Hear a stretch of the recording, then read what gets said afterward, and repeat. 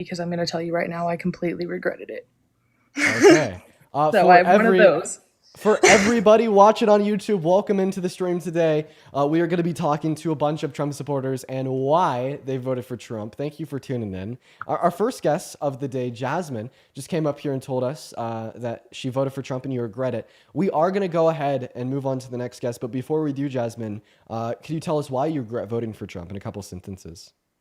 I regret voting for Trump for many reasons. Mainly because he lied about a lot of the things that he wanted to do and wasn't straightforward with a lot of those things. I mainly voted for Trump because of my father that like put into my head growing up that this was the person we're supposed to vote for. These are the things that are right and this and that.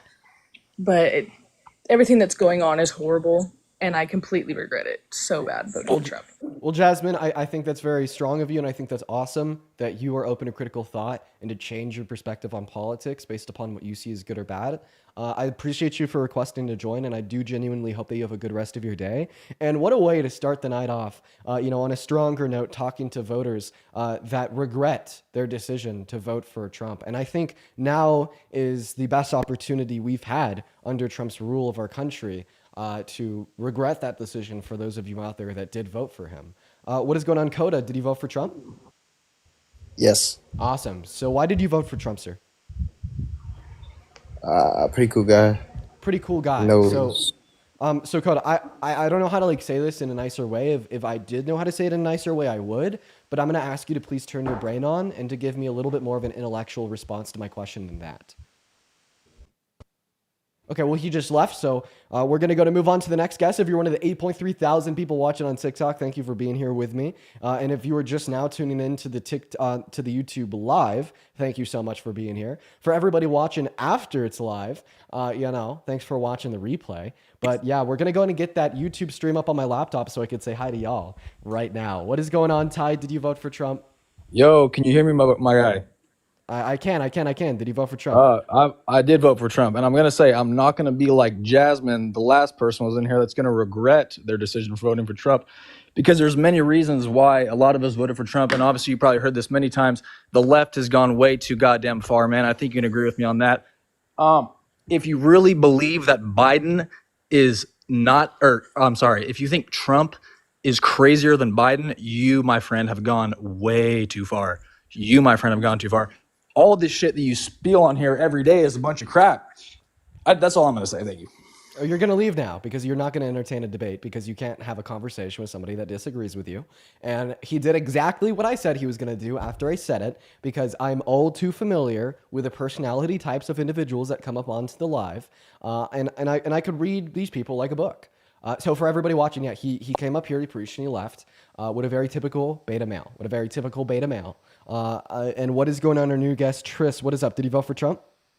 I did not. I'm actually Canadian, and I want to say from Canada. I'm so sorry for removing you from the live. My apologies. We are just looking for some debates.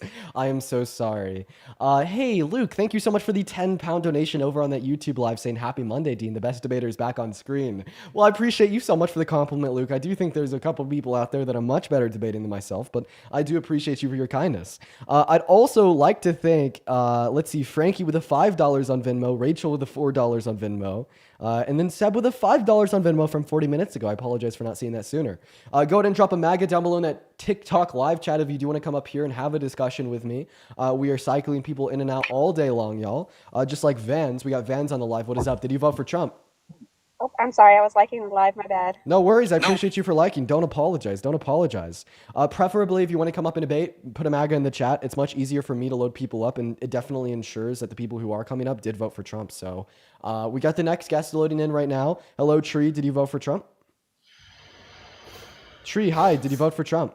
Okay, well, they were spamming MAGA in the chat, but as soon as they got on the live, they left, guys. Make sure if you're going to drop a MAGA in that chat, you're doing so without stage fright, and you are willing to come up here and have a conversation.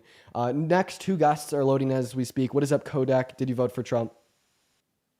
Kodak did the same exact thing as the guest prior. Spammed MAGA in the chat, but when push came to shove and Kodak was invited to the live, they bowed out. All right, guys, we're having some issues getting the next debate going. And I always do think that that is quite interesting because the fact that we could have 9,000 people in the room and seemingly not one person that is ready and willing to come up here and have a debate is very telling. Nobody wants to debate anymore, and that shows that a view in defense of Trump is indefensible when put under critical examination.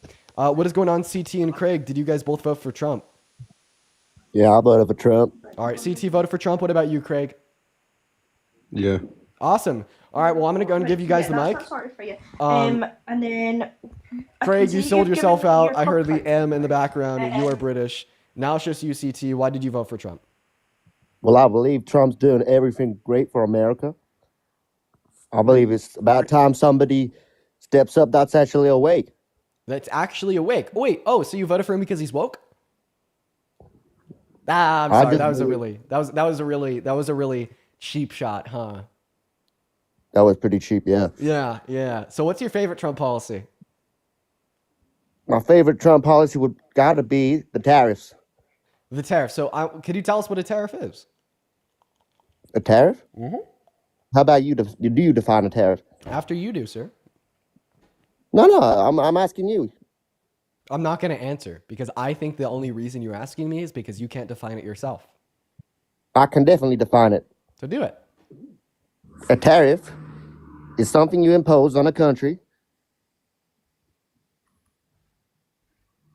Is that all you have? Something you impose on a country? Why don't you finish it? So I have a question. Is a declaration of war a tariff since you impose a declaration of war on a country? On what country? What are you talking about? I'm talking about What your country? terrible definition of the word tariff. Look, I'm not here I just to- want to get this clear. If you don't even know what a tariff is, why do you think they're a good thing? I believe he is imposing the tariffs for our country to benefit our economy. So how does a tariff benefit our economy when you don't even know what a tariff is? Little boy, why don't you explain what a tariff is? If you know what it is, you can explain it to me. Of course I can. Change my view. Change my view. A tariff is a tax on an import. Okay. And what sort of benefit could we get from a tariff? Well, it depends on what your position is. A benefit that Trump thinks we'll get from the tariffs is poor people paying higher prices, higher levels of income inequity, the destruction of American companies that are reliant on exports due to the fact that they start trade wars. Those are a couple things I that don't really happens get your when you point. impose What are you tariffs. trying to say? What are you trying to? I don't really get your point. I'm trying to say So- that tariffs are incredibly detrimental, both to American markets and markets outside of America. And you support them not because you know what they are. I mean, I asked you to define the word tariff and you could not. You failed. But you rather support them because Donald Trump said you should. I feel as if this is cult-like behavior. What's that? I What type of feel like behavior? you're a member of a cult. A cult. What type of cult? The Trump one. The Trump type. So why don't you define a cult for me? Define a cult. Do you know what a cult is, little boy? A group of people surrounding upon common ideology that contorts reality unjustly in accordance with fringe conspiracy theory compared to fact is my definition of the word cult, and I feel as if you Who did you- perfectly who did fall you under the vote for? definition. Who did you vote for, Dean? I voted for the better Kamala? candidate, Kamala Harris. Oh my God. Did you just say All for right. the female? Is that what you just said? No, I did not say that. I swear I to said- God, you could. I swear to God, that's what you just said. Well, I definitely did not say that. Okay, but I That is voted. not I with me. voted for Kamala Harris. Okay, great. Dean, I had a good discussion with you. I got to pop out now, but I wish you best of luck. Yeah, man. Thank you so much for the good discussion. We're gonna go to move on to the next guest, you guys. Everyone, just give us a minute. We got her loading up in for another good discussion. So everybody, just give us a minute for the 10,000 people watching live on TikTok right now. I do appreciate you for being here. Also, just quick PSA: TikTok has been taking these live streams with debates down rather quickly. If this live stream does end up getting taken down, all that you have to do is go through the link tree in my bio to go to my YouTube, because I'm also live on YouTube right now. We have 700 people over there. It's basically the same studio lights, quality camera and action, but horizontal. So if this live gets taken down, you know where to go. What is up, Jack? Did you vote for Trump? Hi, Dean. Hey, Jack. Did you vote for Trump? No, I didn't vote for anyone. I'm from the UK, but hello. Okay, well, Jack, unfortunately, we are just looking to talk to people that did vote for Trump. I guess we should probably go over a couple ground rules of the live stream here today. If you find yourself in the guest request, make sure that means that you're at least 18, you're an American citizen, and you voted for Trump. What is up, Andrew? Well, it seems like Andrew left pretty quickly when Andrew figured out that those rules do not apply to him. We are going to go and get that next guest up here right now. We have Hannah loading in. Hannah, you were on the live yesterday. I was. Welcome back. I was. So I don't have any notes, but I was super nervous yesterday, but I amend my answer. Okay. I well, you're voted gonna have for to Trump. Oh, you Okay. amended your answer on why you voted for Trump. Take it away. Tell us why you voted for Yes. Trump. I voted for Trump because he just sounded better. He talked about the American dream. He talked about, letting younger people get houses and stuff like that. Okay, but That kind of thing. this doesn't mean However, I actually want to talk about that. I have joined your Discord. I'm talking to your followers and trying to understand where they come from, and I am learning why I shouldn't have. Hannah, that's awesome. Okay, slay.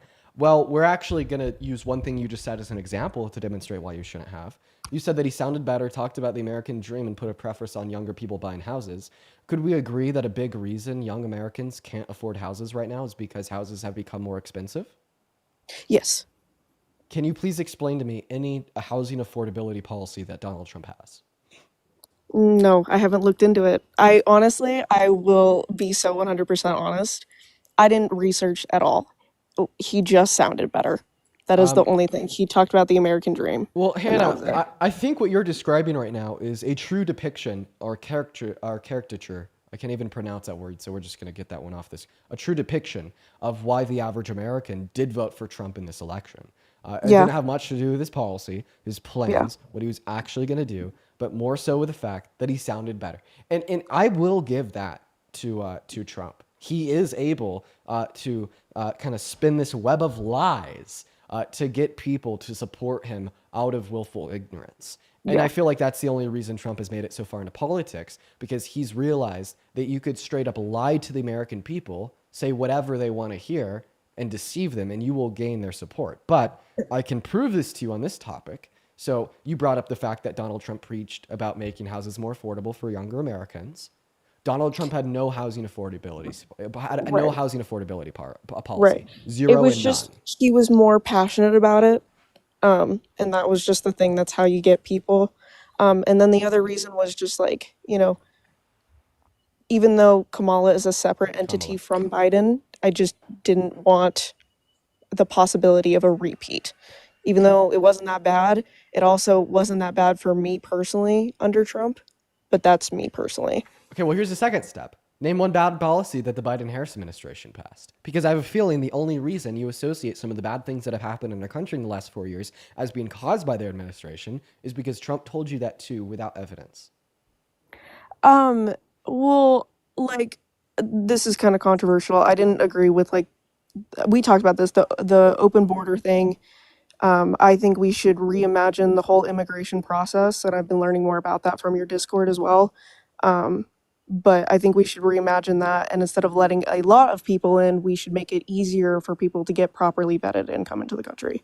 Okay, well, that's going to be a left-leaning approach in immigration. Right now, in the political landscape, what we see is members falling towards the right think that all immigration should be restricted. So if you support easier legal access to America via more ports of entry and just simply turning people around that have committed violent crimes, you hold a pretty left-leaning position on immigration. Now, secondarily, Donald Trump lies about Biden and Harris having open border policy.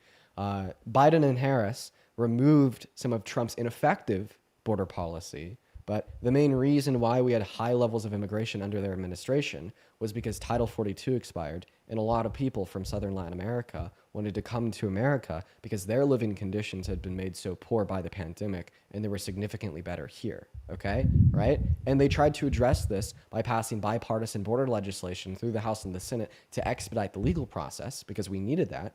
And Donald Trump turned that policy around at the gate and told his supporters and other Republicans in Congress to torpedo it because Donald Trump didn't want Biden and Harris to take a win at the border. So he willingly prevented this good bill from passing, which made conditions at the southern border worse to make the Biden-Harris administration look bad.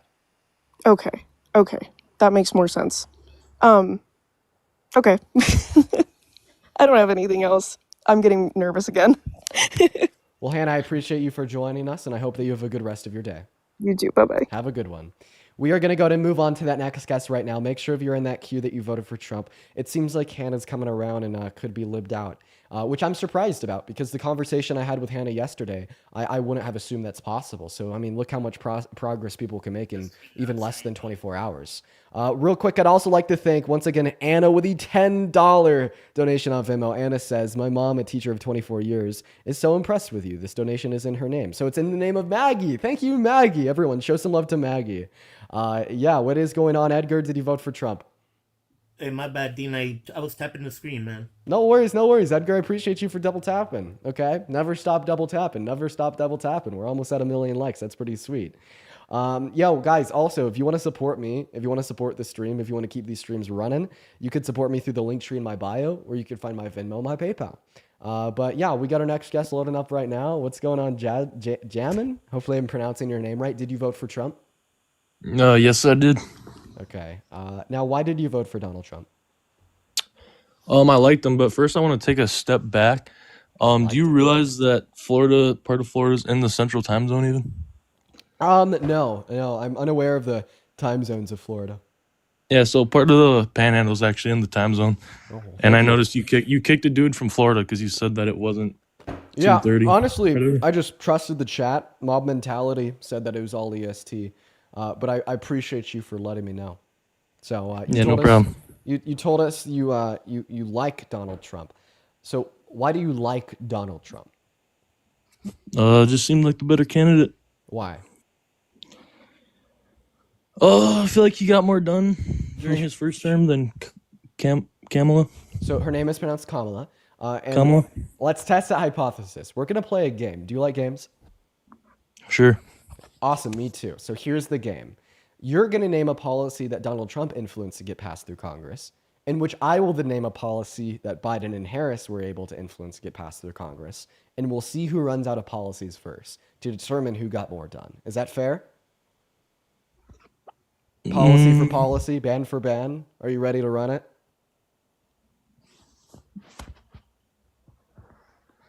Dude, I don't know if I can know that as much as you. You do this for a living. Well, then obviously you can't portray the claim that he got more done with confidence if you're just unaware of what the Biden and Harris administration did, or even possibly unaware of what he did.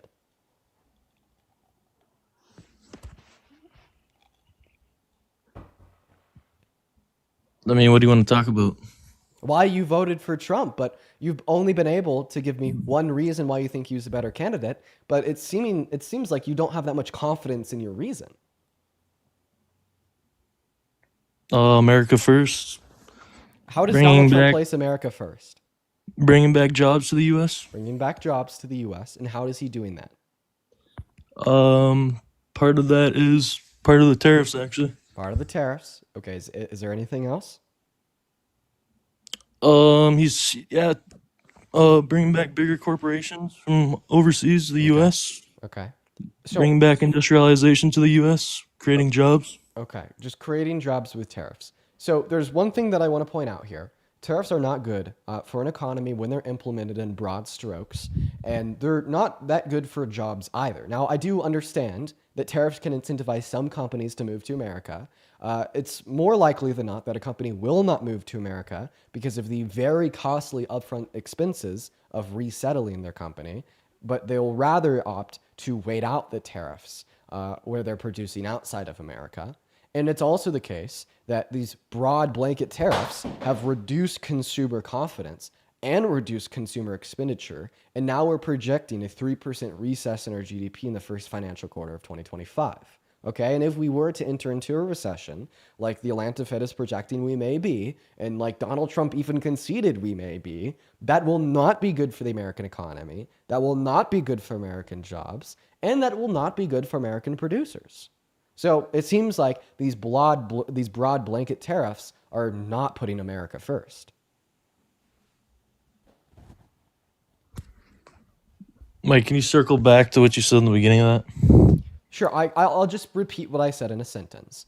These tariffs are causing big losses in the stock market and a potential recession for our country, okay? And big losses in the stock market and a potential recession for the country does not place America first, and it's not good for long-term sustainability of the American economy. So let me get this right. Would you put like valuing trade first above American production and like isolationism? Well, yeah, I think that the globalization of commerce is a good thing because of comparative advantage. Why would we want to focus on producing things that we're inefficient at producing? Seems like our interests are best spent elsewhere. Yeah, I think that that is definitely true, comparative advantage. But there's a lot that the U.S. is capable of, and we haven't reached that potential yet, and we won't know that until we actually produce our own goods. So, for example, Well, if our country is or capable of like producing something, mining our own ore. Like I'm from Minnesota, one and we second, produce if our we country produce is, iron ore, right? if our country is capable of producing something and being competitive in the marketplace, then it would be. What's stopping them? Our own government stops us. Our own government stops us. So then your issue, right, is not reindustrializing America by implementing protectionist policy like tariffs that hurt us, but your issue is rather reducing restrictions, right?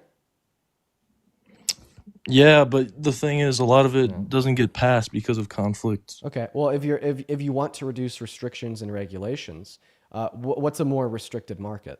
One with tariffs and all goods going into it, or one without tariffs and all goods going into it?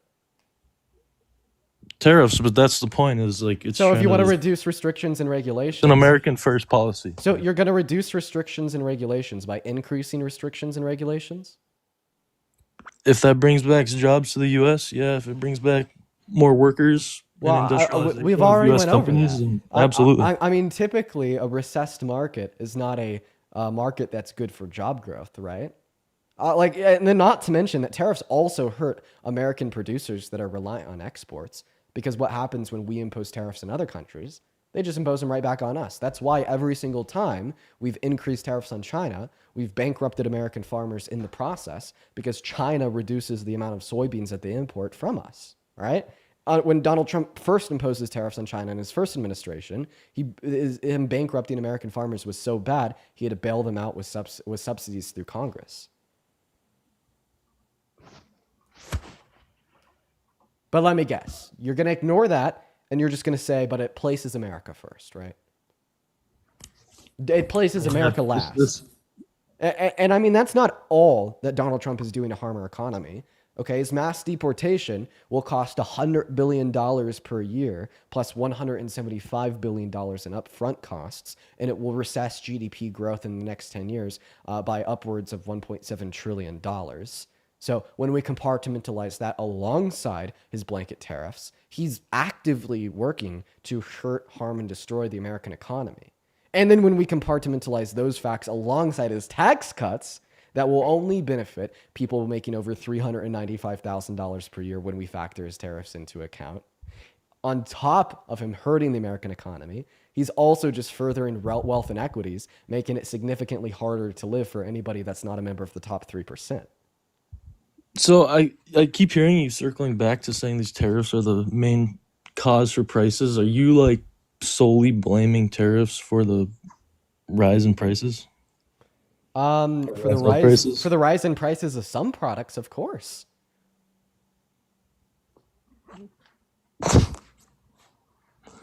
All right, I gotta run to class. Well, before you run to class, can you respond to any of my arguments? You can't just blame tariffs. That's just not how the economy works, and I think you know that. Well, it's how the You economy is I've seen you supposed to work debate with like tariffs. I've seen you debate like who was it, Charlie Kirk or whatever. You understand that tariffs are supposed to inflate the price of goods that are being imported, right? Yeah. So And then you I realize can it's- blame the inflation on some products on tariffs. Thank you for contradicting yourself, sir. All right, no problem, bro. Peace. Have a good one. We're gonna go to move on to the next guest because he just hit the road running. We got Tristan loading up here, you guys. Everyone just give us a minute. I'd really like to thank Trevor for the $10 over on PayPal. Madison with the $10 as well. Madison says keep doing what you're doing. Everybody please show some love to Trevor and Madison in that chat. I would also like to thank Amanda with a $15 donation on Venmo saying ask him if he knows what the phrase America First was coined. Yeah, isn't that like literal Nazis? Like America First is like Reupers, right? Anyways, I do appreciate you guys for the love. Everyone, please show some love to our donors. What is going on, new guest? Did you vote for Trump? Yeah. Awesome, man. Are you talking to me through a car, Bluetooth headset, anything like that?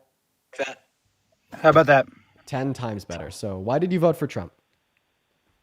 Well, I just wanted to keep going off what you were on the last guy with. Is that all right? Yeah, I guess if you'd prefer to start at the top and give your unique reasons why, we could do that, but I'll let you kind of control the reins here. I do think that conversations on tariffs get a little bit aggravating for me because it doesn't seem like Trump supporters are too reciprocal to economic fact and quite Receptive, you mean? Yes, receptive to economic fact. Yeah. Okay. Now, just real quick, are you saying that the inflation we're seeing now is because of tariffs?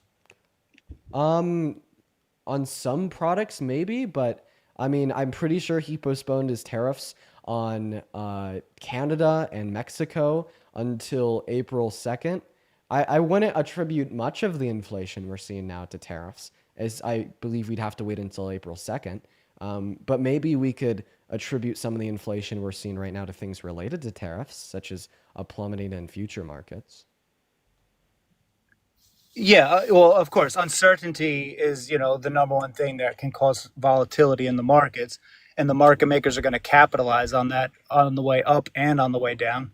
But I think we're kind of jumping ahead of ourselves to just say this is going to happen, this is going to happen, this is going to happen. There's a lot of complex factors that go into it that we can't just assume. When it comes to tariffs causing inflation, because they're supposed to. That's the only way tariffs work to increase the domestic production of goods. Yeah, and with consumer credit debt being at an all-time high, I mean, maybe a lot of money. I bet debt was higher at the peak of the pandemic. Oh, I'm just saying, credit. If you look at consumer debt, like people's credit cards, they're near all. I mean, they're dangerously high. Dangerously high would be fact. Okay, all-time high would be fiction. But please continue. Okay, yeah, okay, near all-time highs. I should have specified.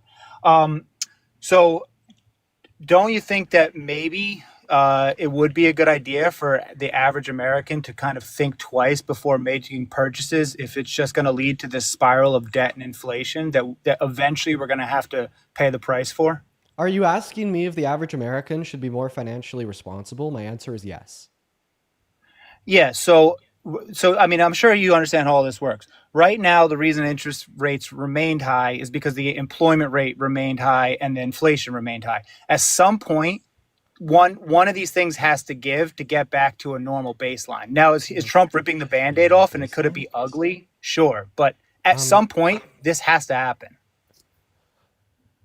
So you're advocating for tariffs to be imposed to make inflation higher, to send these already high interest rates up even more? No, but you understand that's that the Feds disconnect, increased the interest rates because inflation was high. And when we increase interest rates, consumers spend less because they get less loans. So inflation goes down. So when you say that you want to shake the system up with the implementation of these tariffs, you understand that that's only going to lead to more inflation, higher interest rates. No, not necessarily, though. That's the disconnect here that I'm trying to convey to you. More likely than it leading to inflation, people will just not make that purchase. And in fact, So it's companies gonna will have inventory and therefore have to drop their prices, which can actually get us back to a baseline of 2% inflation. Okay, That's so how it should work. if you want to argue that we're gonna have less Americans buying food to eat because they can't afford it, No, not food. I'm not don't, sure don't, that's a don't, good no, idea. no. Don't go to non-discretionary. So non-essential That's kind of goods? disingenuous. So there's going to be less consumers buying non-essential goods, meaning that we're going to see reduction in spending, which is a reduction in GDP, meaning that we're going to go into a Temporarily, recession? absolutely. Absolutely. You have to see a reduction in GDP. That's the only way we're going to balance out this inflation. That's the only way. You So have a to take our so- medicine at some point. So we need a risk. So why didn't the Biden and Harris administration need a recession to go from a So- 9%? so Now just allow me to search- finish. simply Allow me to search- finish. Okay, Allow me to my fault, finish. my fault. How come the Biden-Harris administration did not need a recession to go from a 9% level of inflation to a 4% level of inflation, but Trump needs a recession to go from a 4% level of inflation to a 3% level of inflation? And if you want to respond about the Biden-Harris changing the definition of a recession, I'm referring to after the peak levels of inflation experienced by the pandemic, not before when this critique was posited. Absolutely. I can respond to that.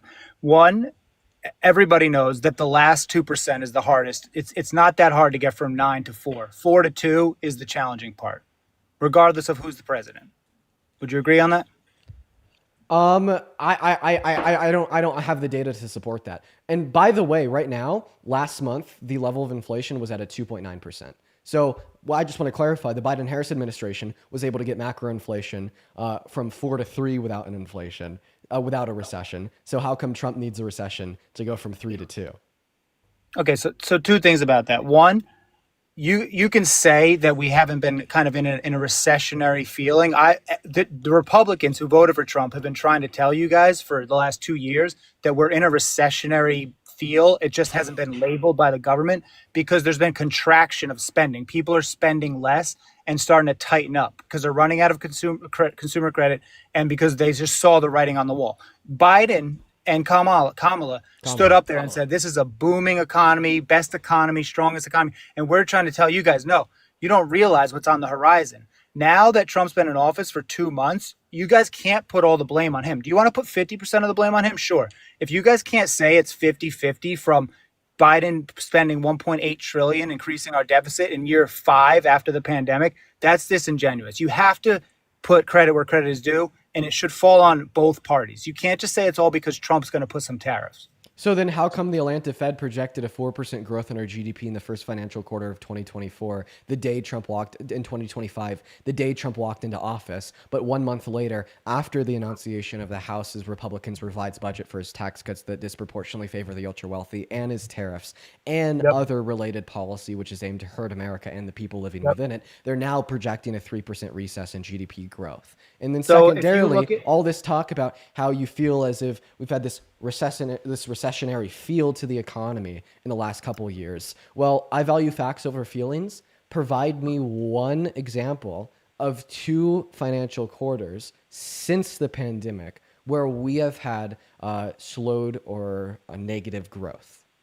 All right, so let me answer the first one. The Atlanta Fed, if you do a little more research on that, they're not the only person that does that report. That actually was an outlier report. There is another handful of maybe 5 or 6 other economists that all do similar reporting, and that was actually the outlier. Look it up. I promise you, I'm not lying. Look it Okay, up. what are the other banks in which are projecting differently from Atlanta? I don't want to teacup right now and dip in and out. Just take a look. I'm not lying to you. I'm not gassing you up. Take a look for your own. You do this for a living. I promise you'll be well served to know this information. Look it Well, up. That was an outlier report. I was extending you an invitation to prove it. It seems like you're offering a trust me, bro.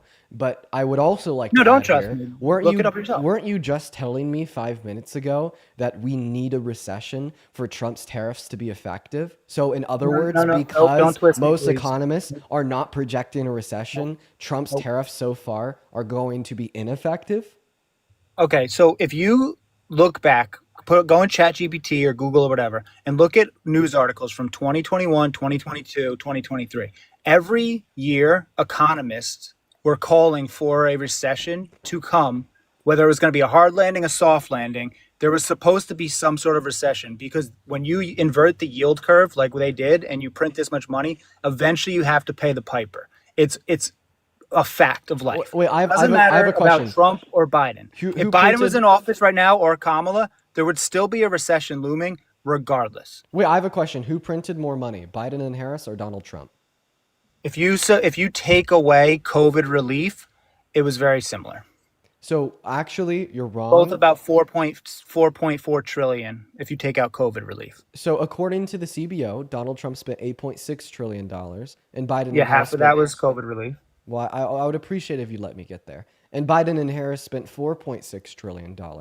Now, if we account for COVID expenditure, Donald Trump spent $4.8 trillion, and Biden and Harris spent $2.2 trillion. So even when we account for COVID expenditure, Donald Trump spent twice as much as Biden and Harris did. When does that report go through that you just stated? Under their first terms, and it accounts for the debt they signed into law. Because they just in 2024 alone added 1.8 trillion to the debt. So how are you saying that they didn't, that in 1 year they did 1.8 trillion, but cumulatively $1.8 trillion is a lot of money. What bills did they sign into law in 2024 to account for 1.8 trillion spending?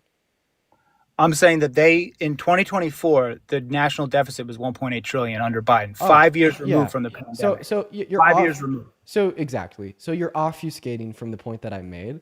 So when we are wanting to evaluate the efficacy of a presidency and their impact on our country's expenditure and debt, we should only be evaluating them for the new debt that they sign into law, as we shouldn't be blaming reoccurring old debt on them. Like, for instance, Donald Trump's tax cuts still ran from 2017 in 2024, and they spent $125 billion annually. So I know at least $125 billion of that $1.8 trillion figure you're giving me is directly is something that Donald Trump is directly responsible for. So that's why when I provide you a claim, I only reference the debt signed into law by the presidents, not the reoccurring old debt that's still in effect. So you're saying that under Democratic, if the Democrats were the one to have decided, they would have raised our taxes. If the Democrats, I don't think I ever said anything about Democrats raising taxes. I was just merely pointing out that you were giving me a correlation causation fallacy and explained to you why you're wrong. What are you talking about? I'm saying that regardless of who is in office, that if 1.8 trillion was spent 5 years later, when Trump was out of office for 4 years, Joe Biden was in office for 2024. You can't blame that on Trump or the pandemic. That's unnecessary spending, a lot of government spending and government hiring, which exacerbated the inflation, which put us in the position we're in now. And everybody knew that. I don't really like it when people deny reality. Can you please give me like the response I just described to you? I'm gonna be honest, man. If I had to guess, you're a pseudo-intellectual in the sense that you do more research than the average Trump voter, but you don't really know what it means. Okay, but I absolutely understand what it means. I want to be able to have a good conversation with you here. So I'll go ahead and repeat this rather concisely. You told me that in 2024, there's $1.8 trillion added to our country's debt. I'm going to extend you an opportunity to kind of rehash my response. If you can't, I will happily do it. Okay, so you're saying 125 billion of that is from Trump tax cuts, which I'm saying then you're then insinuating that if Trump didn't do those tax cuts, the Democrats would not have done similar tax cuts because you're attributing it to him solely. You're not saying that either would have done similar tax cuts. So I'm saying, one, you're saying the Democrats would have raised taxes. Sure. And that even so, 125 billion is not a large portion of 1.8 trillion. Okay. So first of all, it's not either disproportionate tax cuts for the ultra wealthy or raising taxes on the average American. So I do not appreciate you for presenting me with an incredibly bad faith example. Okay. Right. And then secondarily, that was not my point. That was actually merely an example of my point. My point was that if we want to evaluate the administration for their effect on the debt, we should only evaluate them for the debt that they sign into law. Okay? So when we do this for both Trump and Biden and Harris, when we merely look at the debt that they signed into law, We see that Donald Trump added $8.6 trillion and Biden and Harris added $4.6 trillion, accounting for COVID. Donald Trump added $4.8 trillion and Biden and Harris added $2.2 trillion. And again, I understand that. My point was simply after Trump already issued 4 point whatever trillion in close proximity to the actual event of C-19, that got us through the majority of that downturn. Biden at that point should have dialed it back a lot earlier than he did. Most economists said he would and should. And everybody was surprised in the stock market. If you follow the stock market on a daily basis, they could not believe that this gravy train kept going for 2 more years. They kept calling for the recession, kept calling for the pullback. It never happened because nobody could believe that in year 4, Biden was still going to allow 1.8 trillion of new debt to be added when he should have curtailed that to a much lower number. That's my point. Okay. That's the inflationary pressure. So, sir, this is upsetting me because I just responded to this. We're getting to a point here where I'm responding to your position, and then you're merely repeating your position. When you say that 'Cause I don't think you're Biden should have grasping. curtailed the government expenditure, okay, well, we understand that Biden can't sign an executive order into law to repeal Donald Trump's tax cuts. Congress won't Barring repeal the Donald tax Trump's tax cuts Barring the tax unless it is the case that they could all agree on new tax cuts, which they only do 10 years, and that's just an example. When we want to evaluate their impact or responsibility for the debt, we look at how much they spent, not how much Donald Trump spent. Why So, are we all right, let me blaming? ask you this, Why then. are we Let me phrase blaming? it like No. Why are we blaming Donald Trump's debt spending on Biden and Harris? Why let are me we just- blaming Obama's because debt of Joe spending Biden's own on Biden and proclamation. Harris? Because of Joe Biden's Why own are we proclamation. blaming Bush's debt spending on Biden and Harris? Why are we blaming We're not. Clinton? Yes, you are. Okay, you are. This is all right? by Because Biden's own because proclamation. the moment that you evaluate Biden and Harris to be culpable for debt that is not what they signed into law, you are blaming the debt of Trump, you're blaming the debt of Obama, you're blaming the debt of Bush, you're blaming the debt of Clinton, of Nixon, of fucking No, JFK, and all of the reoccurring debt that they permanently signed into law to No. be expensed by our Only the government interest, on an only the annual interest. year-by-year basis, okay, on Biden and Harris. Let me just ask you one more question to try to kind of put a bow on this whole thing. Do you recall the clip where Biden stood in front of the microphone and he said, inflation's just going to pop up a little bit. All the economists are saying it's nothing to worry about. And if what I'm doing right now proves to be inflationary, then it's on me and I'm wrong. And sure enough, what he did kept inflation at elevated levels. Go look up the clip. Biden, inflation pop up a little bit. He says verbatim, if this inflation proves to be stickier than we're predicting, it's on me, and you guys are going to find out and put it on me if that's the case. But nobody's saying that. And he did his little whisper thing. Okay. Look it up. So I have a question for you. Name one other country in the G7 that rebounded faster and better from their rates of inflation caused by the pandemic than the US. Well, that's it. I'm glad you brought that up. During the trough of the COVID pandemic, Donald Trump had us and Japan go down to 70% of their GDP, while all the other G7 countries went down to about 50%. I'm So talking what about Biden was- rates of inflation. But the less you reducing your GDP and the less of a hole you have to We climb could out of, talk the about less the money you GDP had to next. print. I'm talking about rates of inflation. Name one other country in the G7 that rebounded proportionately faster and better than America insofar as reducing their level of inflation. I'm not comparing us to the rest of the world. I'm saying that Exactly, you're not, and that's your fucking issue. Like, sure, No, you could it's you could not. paint this narrative, you could spread this propaganda hit piece on the Biden-Harris administration that No, that's we not what I'm saw doing at all, sir. we saw a 9% level I'm of saying to just be inflation. objective. Now, if you just allow me to finish, I'm the one being objective, and you're the one spreading propaganda. And the reason I say this is because you're trying to paint this narrative that Biden and Harris are culpable for the inflation that we've seen in the country in the last 4 years. But as soon as you compare America under Biden and Harris to any other country in the world, including all of the big players in the G7, we rebounded quicker from our inflation onset by COVID than any other country. Okay. And as soon as we set that perspective and open our gaze, not just to seeing what the local, national impacts of the pandemic were on our country, but we compare it to any other country in the world, you'll see that Biden and Harris were able to successfully pull us out of the negative economic impacts and implications onset by the pandemic better than any other leader. Like, you want to shit on Biden and Harris. I'm not shitting on them. But nobody did it better than them. So I feel as I'm if it's not shitting. unwarranted. So, And okay, let me I ask could you prove something. this with one question. Earlier, you told me that there were these things that Biden and Harris did to cause inflation. What did they do? Name one piece of legislation that they signed into law that you believe caused unduly unwarranted inflation. They spent too much government money. They hired too much government workers, and They they spent. spent Okay. too much money They on the spent less than infrastructure and Trump. everything else. The infrastructure bill, Trump wanted to get it passed for 4 years, couldn't do it. They got it passed in 1 month. Not to mention they spent less than after Trump. the pandemic Biden and and inflationary Harris time is not spent the less time to than Trump. introduce all that government money. Biden and Harris spent As less than evident Trump. by the fact of where. So let me just ask you one last No, question. no, because you just lied. You said that they caused all this inflation by spending. They spent less than Trump. They exacerbated it and they kept it elevated. They didn't cause it. No, They did no, not no, cause no. it. They actually They just ushered in a didn't quicker curtail it in rebound a to the appropriate inflation fashion. onset by the pandemic compared to any other country in the G7.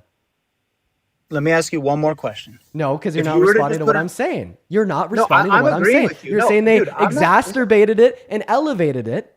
No, they were the best compared to any other leadership in the world at reducing it.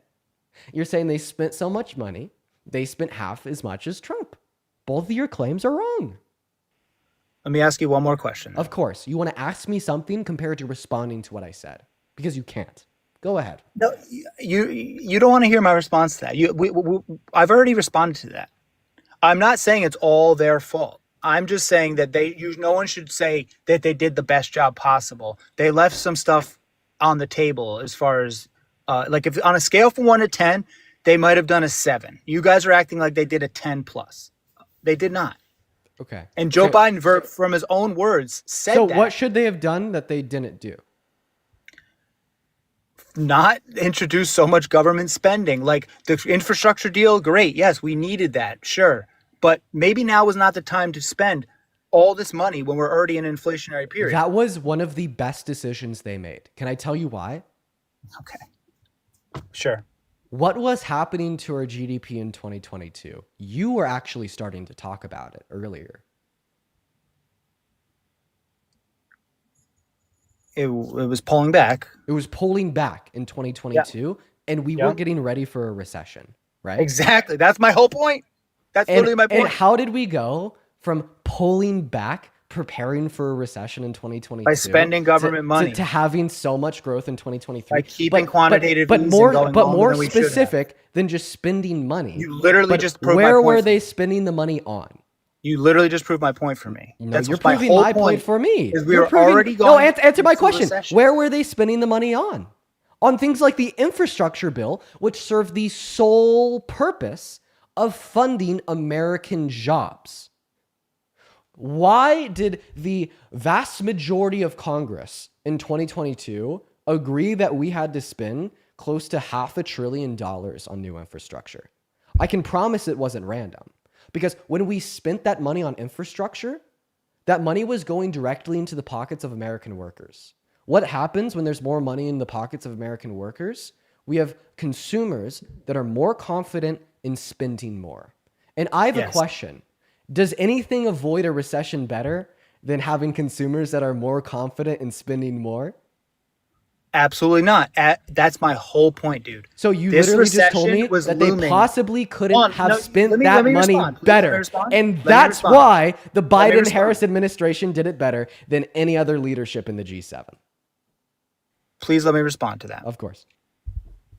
My whole point of this was when you come out of something like a pandemic where you have to print all this money and claw the economy out of the recession, depression, at some point you have to pay the piper. In 2022, the writing was on the wall. And that is when you, by your own admission, Joe Biden decided, and Congress, all elected officials that don't want a recession to happen on their watch because they won't get elected again, decided, hey, how do we save this from happening? We print and spend government money. At some point, that is going to come back to be inflationary. That is the whole point that I'm making. They traded inflation for a recession. They traded. That's what they decided. They said, we can't have a recession, but a little bit of more inflation isn't going to hurt us too bad. They made a conscious decision, which we are facing that music right now, and you guys want to blame it on Trump somehow. Wait. That's What you're describing is literally exactly what the government should have done. Like, I just want that to be so fucking incredibly clear. That is exactly what the government should have done. Yes. Okay. If you don't mind sticky inflation. What were the marginal impacts of $500 billion on the macro level of inflation? Like a fraction of a percent, if even that. And of course, a smart Congress, right, and a smart administration is going to trade $1 trillion of debt related spending, right, to avoid a recession. And then once more, I think it's funny that you think the Biden and Harris administration misstepped for $500 billion in spending to avoid a recession. But then you praise the Trump administration for $2 trillion in spending that disproportionately benefited million and billionaires. And that is exactly why I thought Kamala Harris was significantly better for the economy than Donald Trump. And that is exactly why I think many of Trump's supporters do not understand economics in the slightest. Because all of a sudden, Biden is the worst president this country has ever had for spending $500 billion to put money right back into the pocket of the average consumer to avoid a recession, which he did so successfully, which Donald Trump is failing at doing right now, if you're curious, right? But then $1 trillion of debt spending just for people making over $400,000 per year under Trump gives you the best president in modern American history. So let me just ask you. So you just, batted an eye at $500 billion, but you think that it was one of the best decisions made by the Biden-Harris administration. Absolutely. Well, what do you think the dollar amount of these tariffs are going to equal? The dollar amount of these tariffs? Yeah. The dollar amount insofar as how much revenue they're going to generate for a company, how much inflation they're going to create on products for the American consumer. There's a lot of different contexts. How much more total? How much more total? And a dollar amount is going to be spent on a year-over-year by the American consumer as a result of these tariffs? By the American consumer, I'm unaware. I don't have that fact. You could reverse engineer those numbers, right? Because when you gave the tax, unless you make $350,000, you're going to be more. So you can extrapolate that in reverse. There was a think tank. There was a think tank out of DC that had projected, what was it? $2,500 to $3,000 per household. Yeah, that's on the high end. I mean, let's just call it $2,000 per household, $3,000, whatever you want. How many households are there in America? I'm unaware on the specific statistics. Okay, the point is that number is not going to be in the trillions of dollars. So you said that introducing $500 billion to stimulate the economy is a great idea, but it can't cause inflation. But you think some tariffs that equal up to maybe a few billion is going to cause inflation. It can't be both. So tariffs are designed... Wait. Tariffs are supposed to cause inflation. If tariffs don't cause inflation, then tariffs are not achieving a higher level of productive capacities in America. Answer this. How do tariffs increase domestic production of goods? How are they supposed... how in his thesis that a company, instead of importing something, you produce it here? How does that make more companies produce more things here? Because no, the predominant goal of tariffs is not to cause companies to move to America. Can I tell you what it is? That is a goal. It is not the predominant goal, and we'll see that happen in very minority fringe circumstances. The main reason why that's so unlikely is because of how expensive it is to produce goods here compared to producing goods in other countries with the startup costs of creating manufacturing, creating manufacturing and production plants here. So they just wait the tariffs out elsewhere, and then they increase their bottom line by charging more to the consumer. Okay? The main way that tariffs increase domestic production of goods in America is by pricing American goods back into the market by making goods from other countries more expensive. Like, consider that there's an American company making green beans for $2, but then a Chinese company makes the same green beans for $1. Okay? What the goal of a tariff is to make more consumers buy the American green beans there is to make that Chinese company go from charging $1 for their tariffs to charging $2.25. So then the American produced green beans are priced back into the market, incentivizing more consumers to buy from them. Okay, and then when we have more American consumers buying from these American companies, well, then all of a sudden these American companies have more revenue to reinvest into increasing their productive capacities. So when you argue that tariffs are not going to cause inflation, you're arguing that tariffs aren't going to incentivize more consumers to buy from American companies, which is arguing that American companies aren't going to produce more, which is arguing that the manufacturing sector of our economy is not going to be boosted. All right, let me ask you one more thing. I appreciate you having me on for this long, and I do appreciate the back and forth. We're diametrically opposed on almost all our beliefs, but I do appreciate what you do. You're pretty good at it. Let me just put one more thing on the table here. In 2018, when Trump introduced tariffs, if you look up the articles, there was all the same hype there is right now. And I know you're going to say these tariffs are higher or more blanket or whatever, but there was still all the hype. This is the Smoot-Hawley all over again. We're going to go into depression. We're going to go into recession. The stock market went down for 6 months. All of that fleshed out. Everything came back to normal. Inflation never went above 2.1%. And the stock market rebounded back to all-time highs, and all was well. So would you at least admit that the uproar right now is a little overblown and out of proportion, and because people hate Trump and people are looking for any excuse Absolutely to blame not. him for everything? Absolutely not. So I'm actually surprised that these isolated tariffs on some goods produced in China even had an impact on macro inflation rates or on the economy as a whole. If you're telling me that it took America 6 months to dig out of economic travesties onset by some isolated products on one country, then you are telling me that blanket No, it was tariffs the on all goods reaction. imported It was the into our reaction. country from the EU and our allies in Canada and Mexico is going to cause a significantly worse impact on the American economy, not to mention that Donald Trump tried to fix his mistake. Because what did he impose tariffs on? Agricultural goods from China. What did China do? Impose the same counter tariffs back on American agricultural goods. What did that cause? A huge reduction in American agricultural exports. And what did that lead to? Bankrupting of American farmers. What did Donald Trump do? He wiped the shit he put on the window He off the window subsidized, by we know, subsidizing the soybeans. American farmers. Yeah, we're aware. So, but again, so but, it was but the, so but the bad inflation never that it went led up. to Donald But the Trump inflation never went bailing. up. It was so bad that it led to Donald Trump bailing these farmers But the out. inflation remained at the mandate of around 2%. I That's wouldn't. my I point. wouldn't expect those isolated tariffs to lead to a increase in macro level inflation. If they're so bad, why didn't they even blip on the radar? They didn't even blip. Can you agree that like spending on tax cuts is inflationary because it causes consumers to spend more since they have more? Yeah, but it also increases the GDP. Yeah, but like after Donald Trump's tax cuts, we didn't really see any huge increase in macro level inflation. Like in a functioning economy, you could have inflationary pressures and disinflationary pressures, which wouldn't lead to dramatic increases. That's or because they did decreases a in macro level reasonably good job inflation. at balancing the budget. No, they did a terrible job at balancing the budget. The But you tax just cuts- said yourself there was no inflation.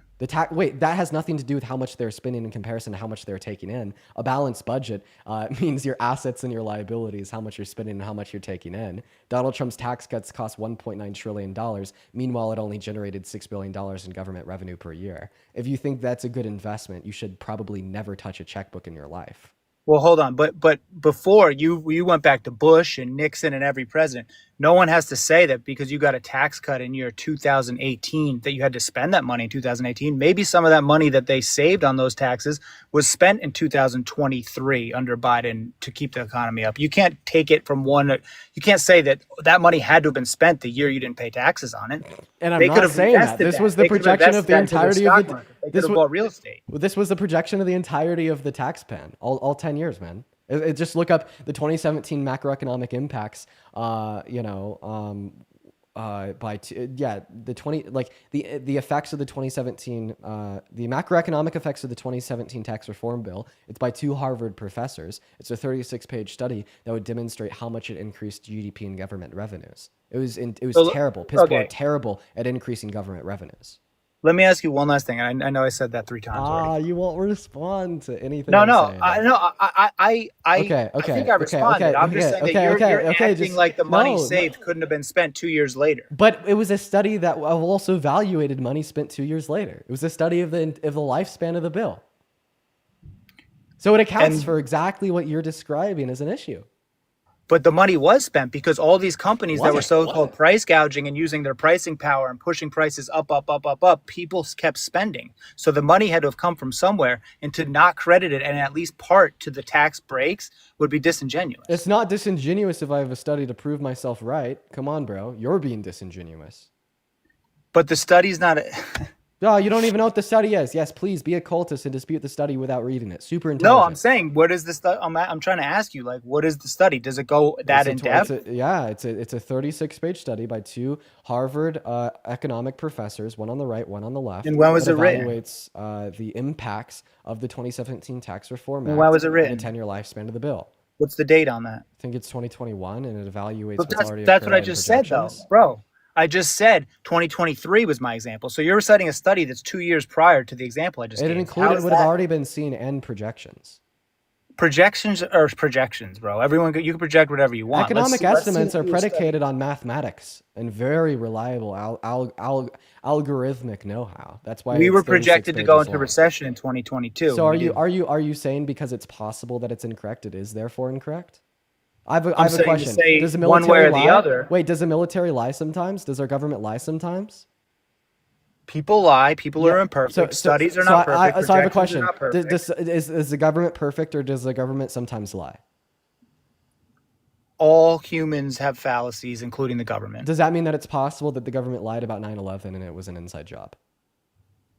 I would not venture into that territory. Well, see, that's the line of reasoning that you're applying to the study I provided to you. I've given you evidence that the 2017 that tax is reform based bill, off if a you just allow me projection, to, dude, if you come on, allow a me to proj- speak, I've given you evidence, right, that that Donald Trump's tax cuts did not lead to an increase in government revenue being that substantial of only $6 billion per year. And then your argument was, well, even though I understand this is an incredibly in-depth study because it's possible that it's wrong, okay, or that it's possible things will change in the future, I can assume that it's wrong. That's like saying because it's possible that the government lied about 9/11, that you could assume the government lied about 9/11.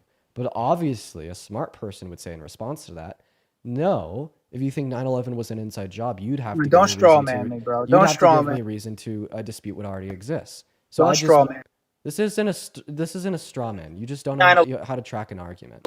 So This where is I'm where going with this is you'd have to. Okay, I'm going to treat you like a Close toddler. friends and Bro, family.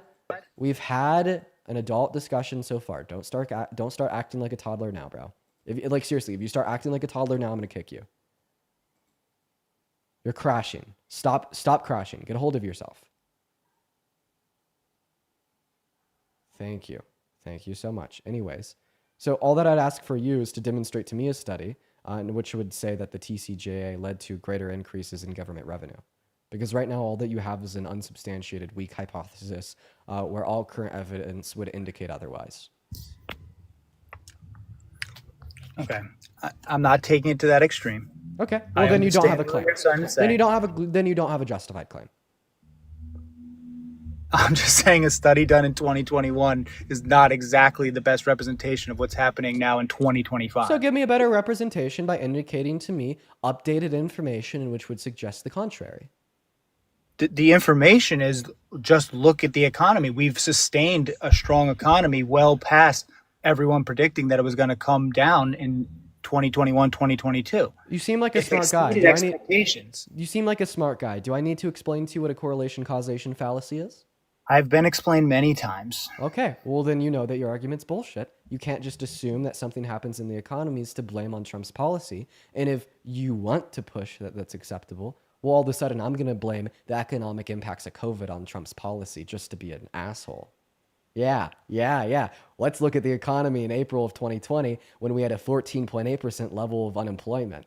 I guess the Tax Cuts and Jobs Act caused that, right?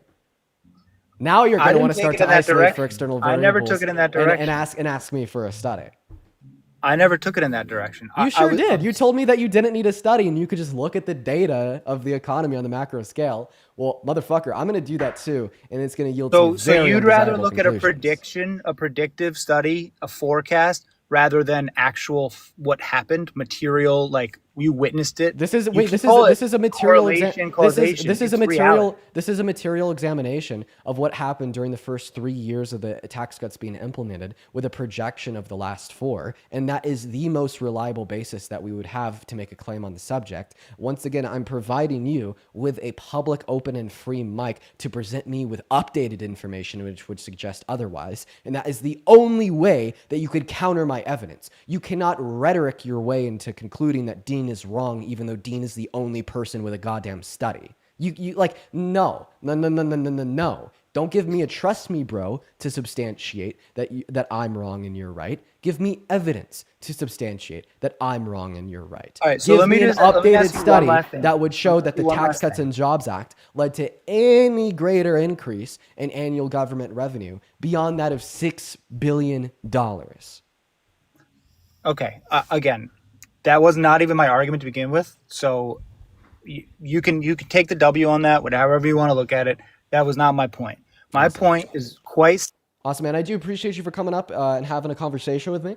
I appreciate some of the points there, but just because seemingly like every time you lose on a point, you just move on to something else. We are going to go ahead and move on to next guest just so we can have a little bit more of a rebuttal. I will say though, I did enjoy most of my conversation with that guest. So everybody just give us one moment to get our next guest up in here. Go ahead and drop a maggot down below in that live chat if you do want to come up and debate. No super hard feelings to that last guest. I did enjoy most of my conversation with him. And thank you so much for the motorcycle. I do really appreciate you so much for the love. But let's go to get that next guest up here literally right now. Rachel, thank you for the $10 over on PayPal. I want to see at least 100 W's for Rachel. Then Lina, thank you so much for the $10 as well. That is LINNEA, 100 W's to Lina. Then Trevor with the $10 on PayPal from 40 minutes ago. I'd also like to really thank here. One moment. Give me 1 minute, Aiden, if you just allow me to thank really super duper quickly. Steven with the $20 donation on Venmo, saying this guy's kind of fun. Keep him up. Yeah, I enjoyed that conversation. I want to see at least 200 W's for Steven in the live chat. Then Amanda with a $15 once again from a while back. Anyways, Aiden, what is going on? Did you vote for Trump? Yes, I did. Patricia, thank you so much for the motorcycle. I appreciate you for the love. All right, man. Why did you vote for the worst president of your life, Mr. Donald J. Trump? Because I think for key like foreign policy, I think it could be better. Okay, man. You got a lot going on right now. There's a lot of doors like shutting and closing. You said that he's better sorry, for foreign okay. policy. Sorry? You said that he's better for foreign policy? Yeah. Okay. So, ethnic cleansing of the Gaza Strip with U.S. occupation ownership and forceful removal is a good thing now? I'm not saying I'm morally supportive, but I think from a pure strategic point, for example, India, I think you are aware of like the island chain, right? I'm Like- not talking about India or the island chain or whatever. No, I the fuck you're understand. saying. I'm not talking. pro- I'm not- Wait. So did you just say that ethnic cleansing is strategic?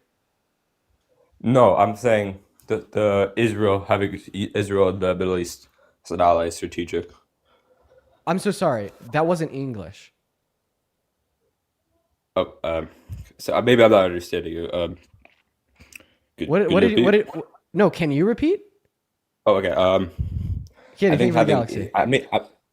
I might support like Palestine, and like I think we should drift away from Israel, but I think purely strategic wise, Israel would be a better ally than like Palestine. What? Okay, first of all, not ethnically cleansing a country doesn't make them an ally.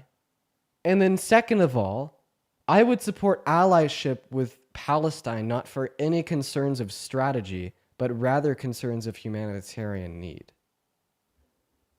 Yeah, I understand like humanitarian. I'm not like I think I would support like Camilla or like Joe Biden on like. Camilla? Sorry, did I pronounce her name wrong? Her name's pronounced Kamala. Kamala. Did I say it? Kamala? Kamala. Say Kamala? comma. I'm Say comma. Kaba? Comma. Kaba? La. La Kamala. Kamala. Okay, we know who I'm referring to, man. I'm sorry, I can't How pronounce about it properly. how about Miss Harris? Okay, Miss Harris. There you go. I if it was like if I was a one voter on like a voter on like one issue, it was Palestine versus Israel, I would vote for Joe Biden. So, but Joe Biden. Bro, Miss Harris, sorry. dude, what is going on? What is okay? Or- We're just gonna or start I from the would- top. We're just okay. We need to clean our slate. Okay, yeah, we I need to agree, clean I our agree. slate. Why did you vote for Trump? Because strategic wise, I think if we are going to, I think China is our biggest rival, and I think India is very pro Trump, and I think India would be like the most important country to get in like an anti-China pact. Bro, wait. What are your what? Wait, you voted for Trump because of India? That's actually one of like the key reasons. Because I think I'm India's sorry, taken Aiden. off- I'm sorry, man. I'm sorry. It seems like his internet cut out. It seems like his internet cut out. It seems like his internet cut out. So we're just gonna kick him. I just like I don't even like I don't even like want to like I'm sorry, man. The internet it cut out. I don't know where it went. We're gonna go ahead and move on.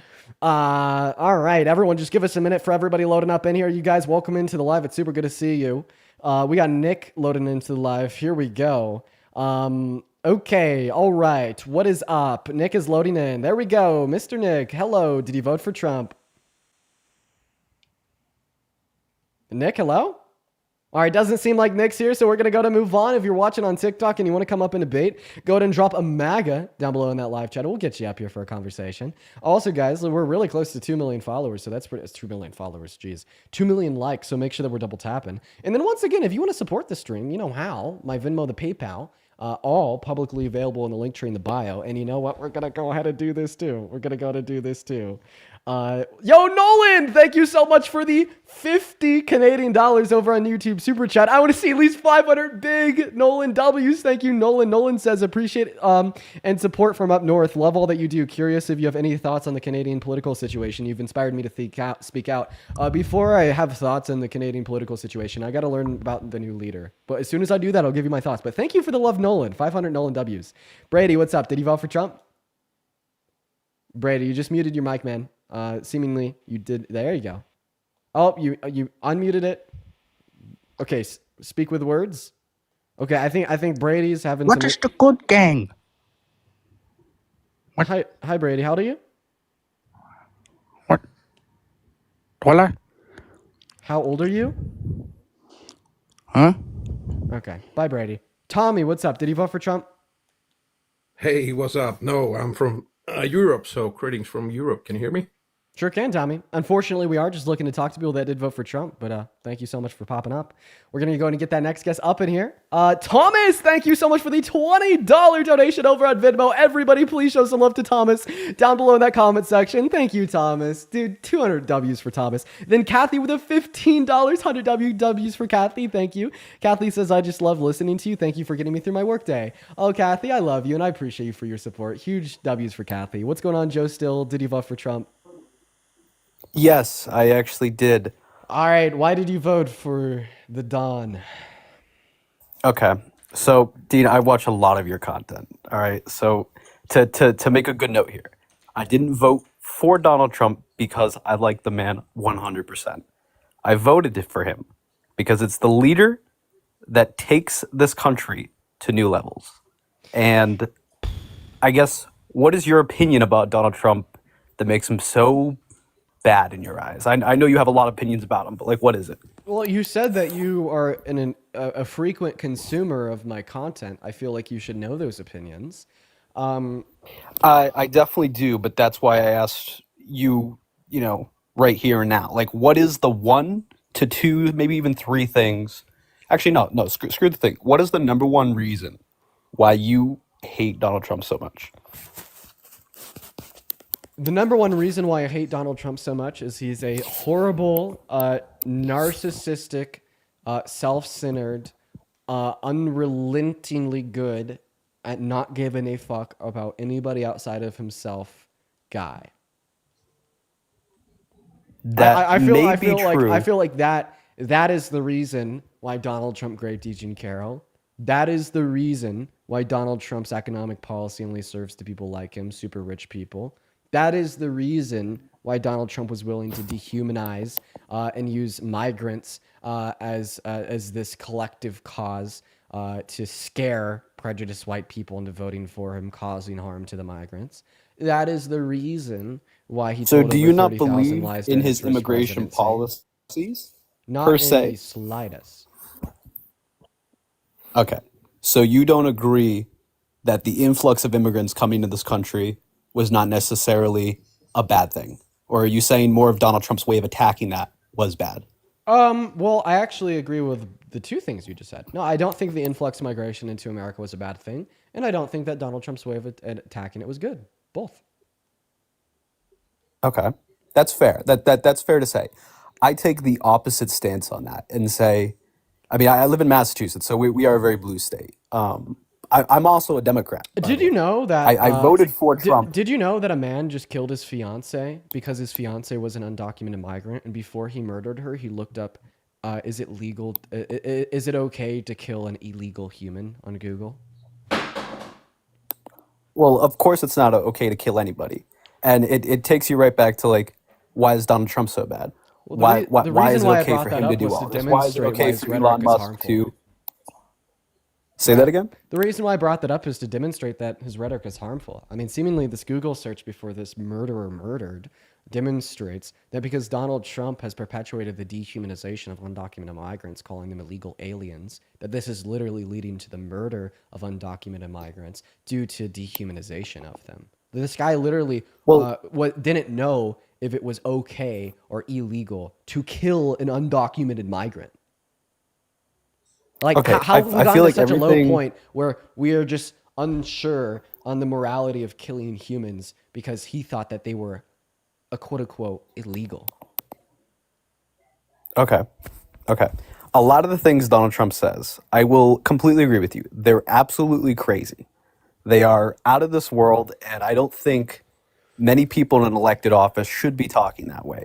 But with that said, do you think that the last administration would handle these problems anywhat better I do. if they kept saying the same things they do? I mean, Joe Biden sat in office and no press interviews, never answered questions, never said anything.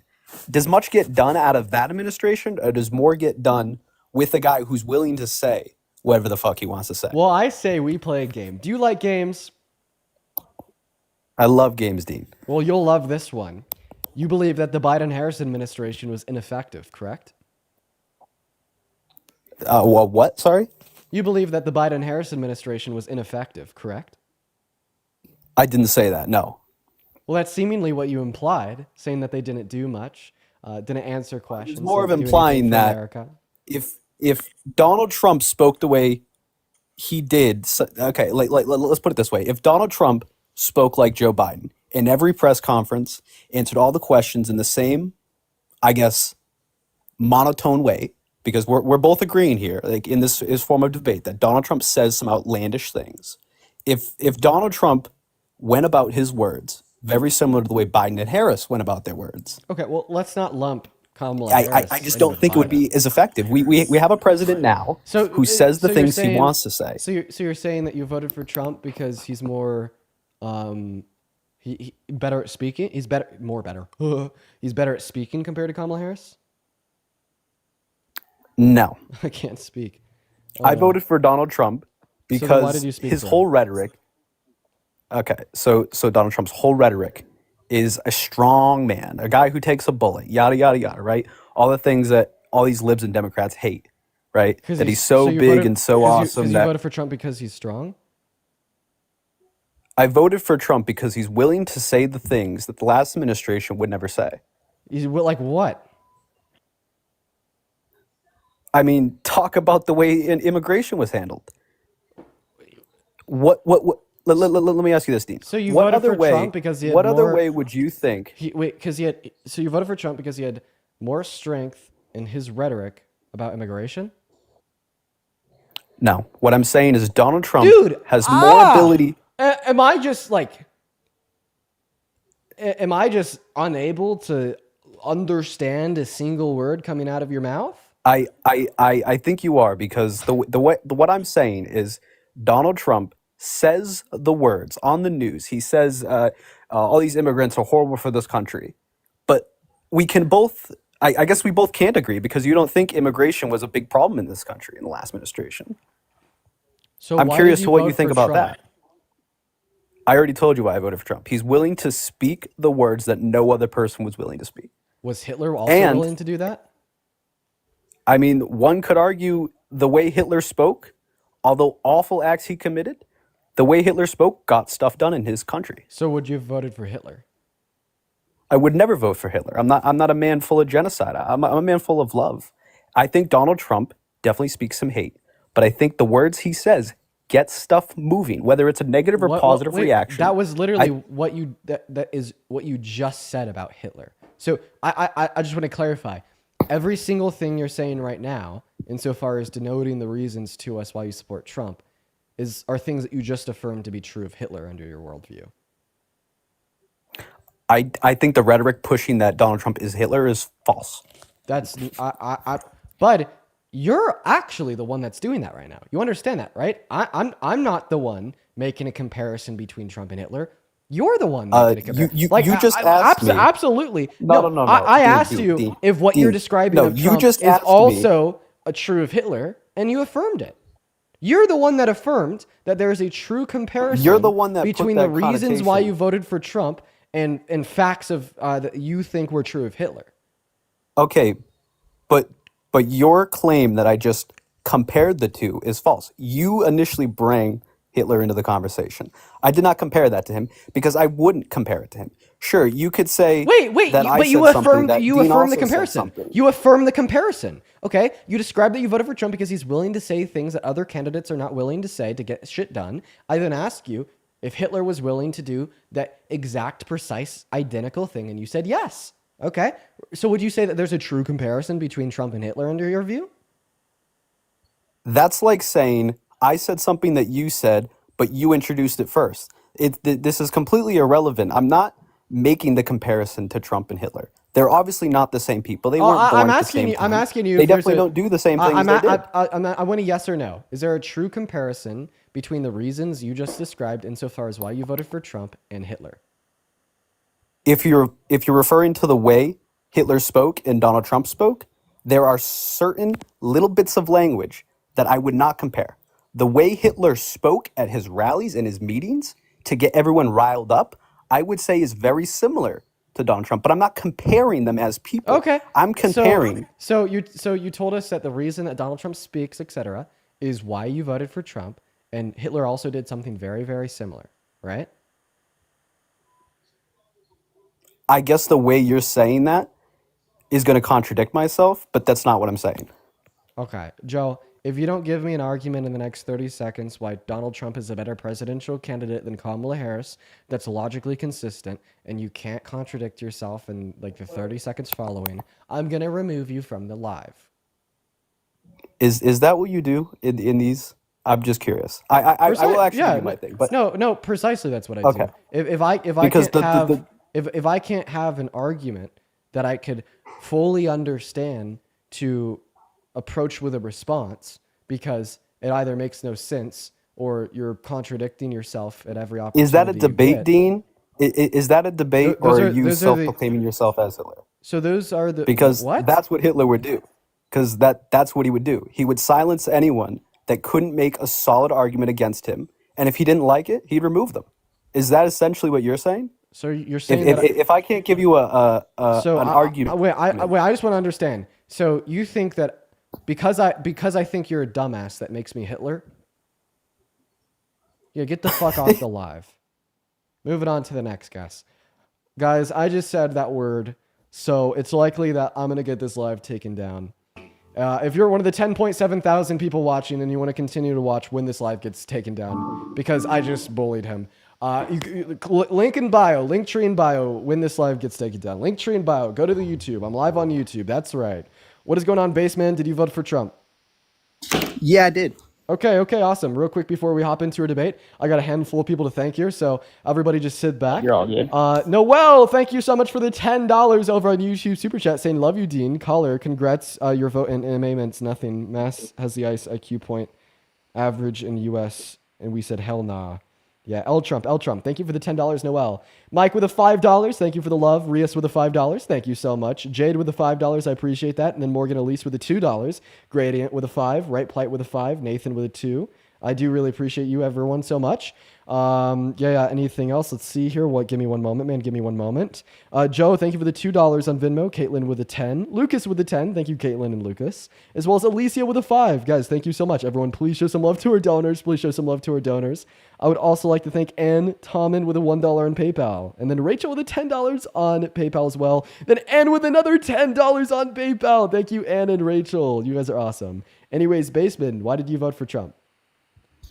I guess it just basically, I feel like he'll make my day-to-day life much better than Kamala Harris would have. Okay. Also, Kimberly, thank you for the $20 super chat over on YouTube saying that you summed up Trump's character perfectly. I appreciate you for the love, Kimberly. I have no clue why that donation didn't show up on my end, but I do really appreciate that. Thank you. All right, so yeah, what's your favorite Donald Trump economic policy or your least favorite Kamala Harris economic policy? I mean, there's like a easy place to start, right? I guess so. So I'm not really a big researcher like you, so I don't just spend all day reading articles trying to figure out whose policies are better. I just go based off of my day-to-day life that, what affects me. And I've been in the workforce. I've been in the workforce for 10 years now, working 100-hour weeks and making a good amount of money. And it didn't seem like during the Biden administration that my life was getting any easier. It was just getting worse. I was driving an hour to get to work every day, and Biden's I went from spending $25 to fill up my tank to $80 to fill up my tank. How did Biden increase the price of gas? He stopped using the resources from the United States. So we actually exported less oil and produced more oil under Biden than Trump. So that's just wrong. It's not. Dude, my source is the EIA. What's your source? Your feelings, right? No. I don't involve my feelings in politics. That's why I don't vote for Democrats. Okay. So then what's your source? An article. I don't fucking remember. You think I just write it down so I have it for shit like this? Wait, so you're saying that you read an article that proved my claim wrong? I read an article that showed me that while under the Trump administration, he was using our resources, and that's what drove the cost of gas down. And then when Biden got into office, he wasn't. He wasn't even using our resources. He was buying oil from Venezuela and Saudi Arabia. Wait, you're totally wrong. My question to you is oh dear God, why did gas prices go up under the Biden administration, and why were they so low during the Trump administration? I guess if you can help me understand that, then that'd be great. Sure, I can help you understand that. I'd also please ask you to just not make shit up. Like I know that according to the Energy Information Administration, we produced more oil under Biden and we exported less oil under Biden. I know that those are facts, okay? So when you tell me that you read an article that said the opposite, I know that you're making that up. Don't just make shit up, okay? It gives me... How do you know? Because the EIA said so, obviously. So because the EIA said so, that means I didn't go on my phone and Google. Well, yeah. Why gas prices? Yeah, that's actually my argument. Yeah, that is my position. Yeah. Okay, that's just ignorant. Yeah, it's so ignorant to trust the Energy Information Administration that has been tracking the U.S. crude production of oil and oil exports. And no, it's ignorant to sit here and say that I didn't read an article just based off of what you've read. That's ignorant. Well, I find it unlikely that like an article is going to tell such a bold-faced lie. I mean, maybe a Facebook meme, maybe. I'm not saying that. I'm not saying that it literally told me that gas prices are going up because of Biden. It's just it just was. I was just trying to understand why gas prices fair, prices fair, go fair, up, fair, fair. and if the president has any power over that, which they really don't. Okay, fair. Wait, if the president doesn't have any power over gas prices, why do you blame Biden for higher gas prices? Like I just said, they don't really have power over it, but they have some power over it. Oh, Like they can't control the prices, but they can control if we're making it in house or out of house. okay. Because so if I guess my question is if Biden was creating more oil or was making more oil in the United States, why were gas prices going up then? Because shouldn't it be cheaper? No, because oil is a global market, and we were not producing more oil globally. So then why did gas prices go up? Because supply went down on the global stage? But we were making more oil. Okay. You and your brother are apple farmers, okay? And every year, you and your brother both make 5 apples, okay? And the price that you sell your apples for, because you have a consistent demand, is always predicated off of how many apples you produce, okay? So you make 10 apples, you sell one of those apples for $1 per, all right? Right? But then one year, you are special. You make 6 apples instead of 5 apples, and you're doing great. But you know that brother that you had? Yeah, he fucking died. So there's only 6 apples in supply. So if we were to compare this year, where you made 6 apples, to last year, where you and your brother made 10 apples, although you're producing more, there's a lower overall supply, meaning that each one of those apples is going to sell for more. So the analogy here is that although the US produced more crude oil domestically under Biden and Harris, because we were no longer getting Russian oil and OPEC had decreased their output by 10%, overall, the supply went down.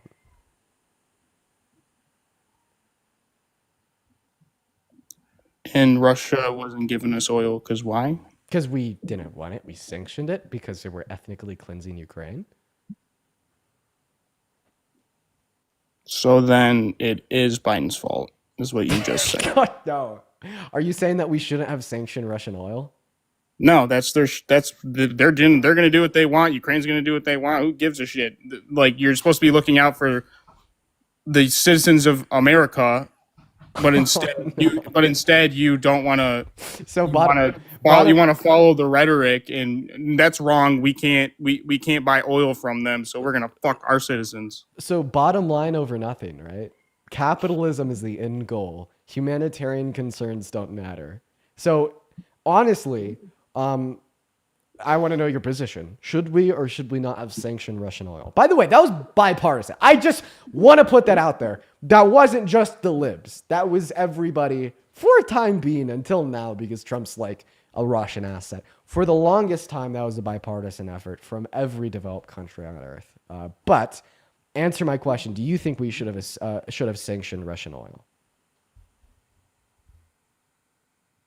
No. Oh, no! Wait. Should we have sanctioned Nazi Germany? Yes. So why should we have sanctioned Nazi Germany but not Russia? Because they were committing a genocide? Okay. Well, I might even say that Russia's been committing a genocide of Ukrainian individuals. Now, of course, that's not to compare travesties, as I don't think travesties should be compared, because ultimately you'll just be serving one travesty to be relatively not as bad, which I don't think is correct messaging. But what I am saying is that Russia has been systemically killing Ukrainians to steal their land. Okay, what about it? The point you're making is that if you would be okay with sanctioning Nazi Germany because they were systemically killing humans, why aren't you okay with sanctioning Russia because they're systemically killing humans? So I guess the point you're trying to make it just makes no sense, because what happened then was long time ago. It's in the fucking past, so who cares about it? what's happening now is happening now. So we should care about what's happening now. You shouldn't be asking, well, hypothetically, would you sanction this? It's in the past. So who Dude, cares? listen. So for everybody watching, I have a unique ability to place myself in other people's shoes, to understand where an argument comes from so I could cogently rebuttal it. That's why I'm good at what I do. But every so often, there will be a guest that says the most outlandish, crazy shit known to mankind, where I literally could not connect the dots in any possible version of reality. And this is one of those times. Like, I literally don't know what you just said. I don't know how to conceive of what you just said, and I don't know how to respond to what you just said because of how fucking nonsensical it was to me. You said something like... To me, it's just. I say that I voted for Trump because I just want to thought clarify. he was going to better my life. I just want to clarify. All you do is spew facts because you think that trumps what's happened to me in my life. I spew facts? All you do is spew facts. That's all you do. I like you a little bit more now. Yeah, facts like statistics, shit you've read in an article. Is he meaning? Is he meaning? You have no idea how the actual effect it has on the American people. Is he meaning to sit say in this? office all day trying to debate people? Is he meaning to say this? Bud, I am meaning to say this. All you do all day is read articles facts and get statistics so you can debate people and smile while you debate it because you think you're better, which you're not. I don't think I'm better than you. I just think I'm smarter than you. You're not. Just because you read statistics all day doesn't mean you're smarter. Just because you read statistics all day doesn't mean you're smarter. Okay. And that's a fucking liberal thing to say. Okay. All right. Just because you read statistics doesn't mean you're smarter. Education does not make you more intelligent. I couldn't disagree more. Yeah, education doesn't make you intelligent. You learn things so you have more knowledge. That's it. But that doesn't make you smarter. Are you sure that you want to defend that premise, that education doesn't make you more intelligent? It doesn't, because I know a lot of people that went to college that I know more than them. Just because you went to college for 4 years and studied how to teach kids doesn't mean you know more than me. Well, I never specified traditional or institutional education. You're talking to a college dropout. Okay, I couldn't agree more that for some people, the way in which institutions of education would present information is not conducive towards, like the highest level of intelligence or retaining of information. Okay, but I'm merely arguing education of any form can make one more intelligent. I guess it's partially true. Right. It is partially true that education can make one more intelligent. So when you try to critique me by saying that I educate myself all day, then I come on live to spew facts, I look at you and I think to myself, what the hell is this guy saying?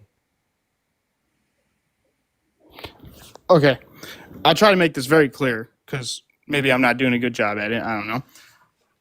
I came on here to tell you that I voted for Trump because I think he will give me a better day-to-day life. Okay. Because when he was the president, I had a better day-to-day life. When he was president the first time, I lived with my mom. I was in high school, like junior year, whatever. So I saw that my mom was having it easy. Okay? Gas prices were down, interest rates were low. She was able to buy things that she could buy us. Then, when Biden got into office, all I saw her do was struggle. And my mom makes good money. So it was surprising to me because I voted for Biden the first time. And all I saw was my mom struggling. And I saw people that I worked with struggling. And I saw myself struggling. I saw everybody struggling. I didn't see anybody thrive.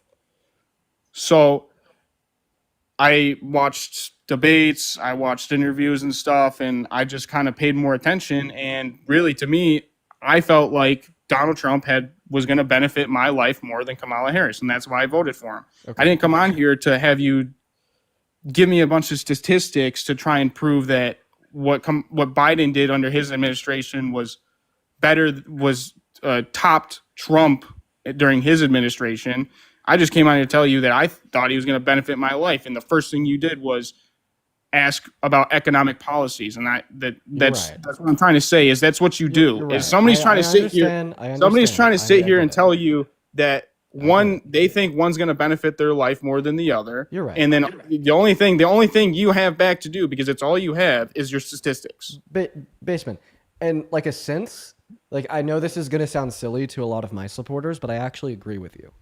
And here's what I agree with you on. Hey, get out of there.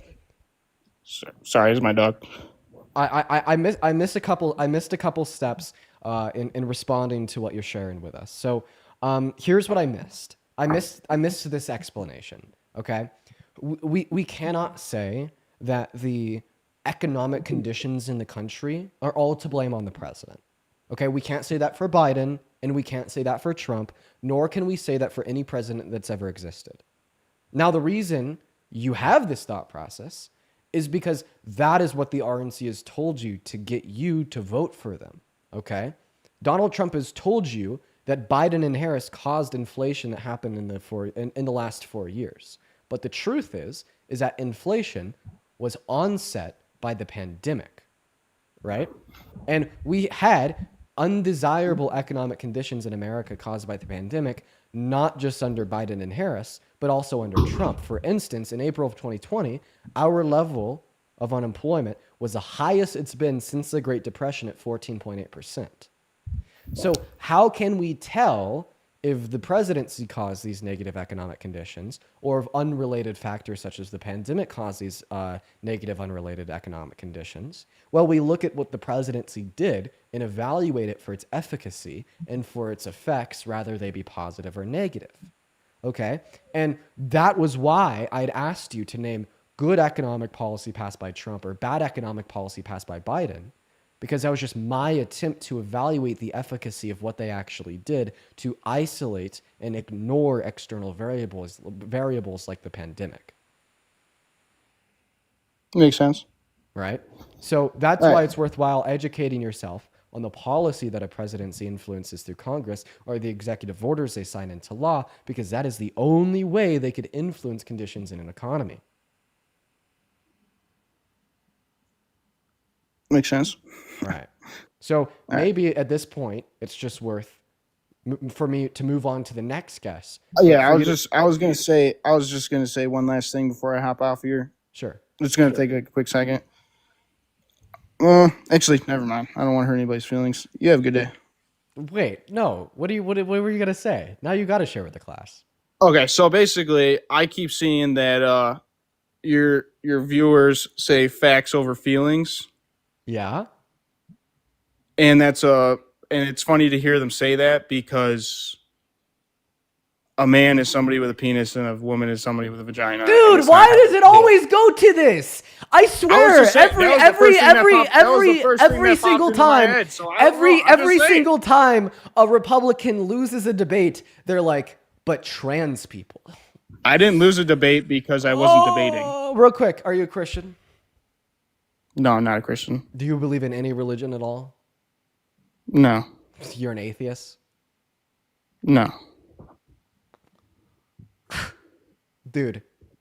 I don't know what I am. I feel like I believe there's something out there greater than us that created us, but I don't know what it is. I don't believe in all like the Christ and all that stuff. Something created to create us. Yeah, well, this debate would have been significantly more fun if you were a Christian. Can't even tell you why now. But we can't really talk about trans individuals on the live, but here's what I will say. Okay, when a trans woman is saying they're a woman, they're not saying that they're a female with a vagina. Okay, they're relating gender identity to something other than sex. So if you want to critique, right, the view that a T woman is a woman, don't just try to project your definition of the word onto them and assume them to be delusional by assuming that they define that term the same way you do.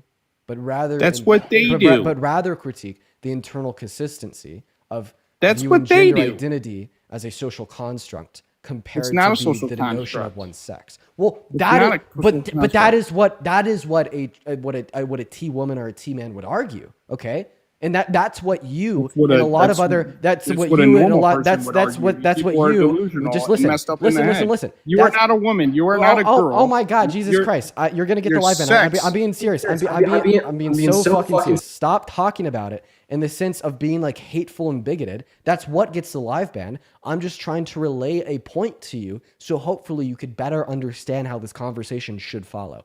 I don't even want to risk the live getting taken out. I'm going to kick him now, but I am going to finish that point. The only thing I wanted to say on that point, okay, is that you're superimposing your definition of the terms on to a worldview in which is inclusive of trans individuals and expecting that is sufficient and proving one to be delusional. No, you have to be able to point out, right, the logical inconsistencies or philosophical problems relating to defining gender identity as a social construct compared to a denotation of sex, and that is where you fail, okay?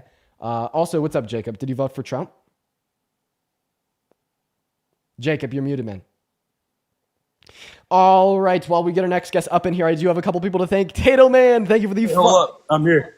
Did you vote for Sorry, Trump? I couldn't figure it out. Did you vote Yes, for sir, Trump? I did. Awesome. Just real quick before we hop into the debates, I got to thank Janet for the $50 YouTube super chat. Thank you so much for the love, Janet. At least 500 W's for Janet in the live chats. Janet says that's called research. Come prepared. Dude, these people never come prepared, Janet. Janet, it is good to see you again. Diva Janet is in the chat. We all love you. W's for Janet. W's for Janet. Then Tato Man and Jade with the $5 over on YouTube super chat. Then Bob with the $20 super chat. Thank you, Bob. Bob says these streams are like a car crash in progress, horrifying to witness how some people think, but hard to look away. I think that's a really good way to explain it. W Bob. Then also Aaron, thank you for the $5 on Venmo for spitting facts. Donald with the $10 on Venmo, calling that last guess an ignorant POS. Facts. Malcolm with the $10 on Venmo, saying keep it going, man. I'll never stop. Madison, Katie, thank you both for the $5. And Amy with a $50 donation on Venmo. 500 W Amy's in the chat. Thank you, Amy. That's insane. Holy shit. Thank you so much. Amy says thank you for keeping or trying to keep everyone well educated. I look forward to my political science class with Dean every day. You know what we do here, baby. I love this shit so much, and I'm so happy that I'm able to come on here. Love you, Amy. Huge shout out to Amy. And then Joe with the $2, then Caitlin with the $5. Guys, thank you so much. Anyways, Jacob, we're off to you. Tell us why you voted for Trump. Okay, so first off, I want to say that I live in El Paso, Texas. It's a border city. And I primarily voted for Trump because I did not agree with Biden's immigration policies. Really? Name one Biden immigration policy. The impact of Title 42. So I just want to clarify. You think that Biden passed a policy through Congress or an executive order called the impact of Title 42? He passed Title 42. No, actually, Title 42 was signed into law under Trump's presidency, and Trump says he wants to try to bring it back. Are you saying that Title 42 is bad? Because, I mean, I might agree. So can you explain to me, like, why you think Title 42, like, is good? Well, no, I just said that I'm sympathetic to the view that I may not agree with Title 42. What? One second. What was Title 42? Let's start there. What was Title 42? It was that they surged immigrants to declare a state of emergency, if I'm not wrong. Dude. All right. Well, I appreciate real quick, you for being man. here. I appreciate Real you quick, for being man. here. I appreciate you for being here. and Can I'm I sorry just for say one laughing more at- thing? Can I tell you what Title 42 is first? Yeah. No, go ahead, because I mean, I'm not super.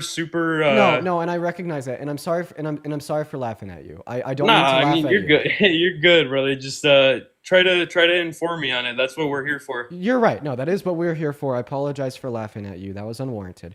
Title 42 was a piece of legislation signed into law under Donald Trump's term, right? That essentially implemented a type of quote unquote border shutdown that didn't allow anybody new into the country because of the public health emergency of COVID.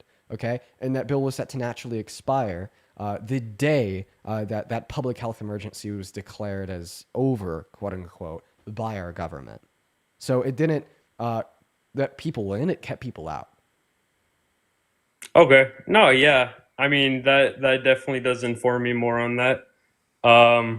sorry for coming in here and talking a little bad, but so I mean, I do want to say one more thing. The reason that I brought up, living in El Paso, Texas, being in a border town, was because during Biden's administration, there were a lot of illegals coming through the border, and undocumented migrants, whatever. And what essentially they were doing was they were bringing them in, and they were kind of just dumping them on the street. Whenever you would go towards the downtown area, it would just be, migrants all over the place, kind of just flooded. You couldn't even really drive through downtown because there were just, so many migrants there.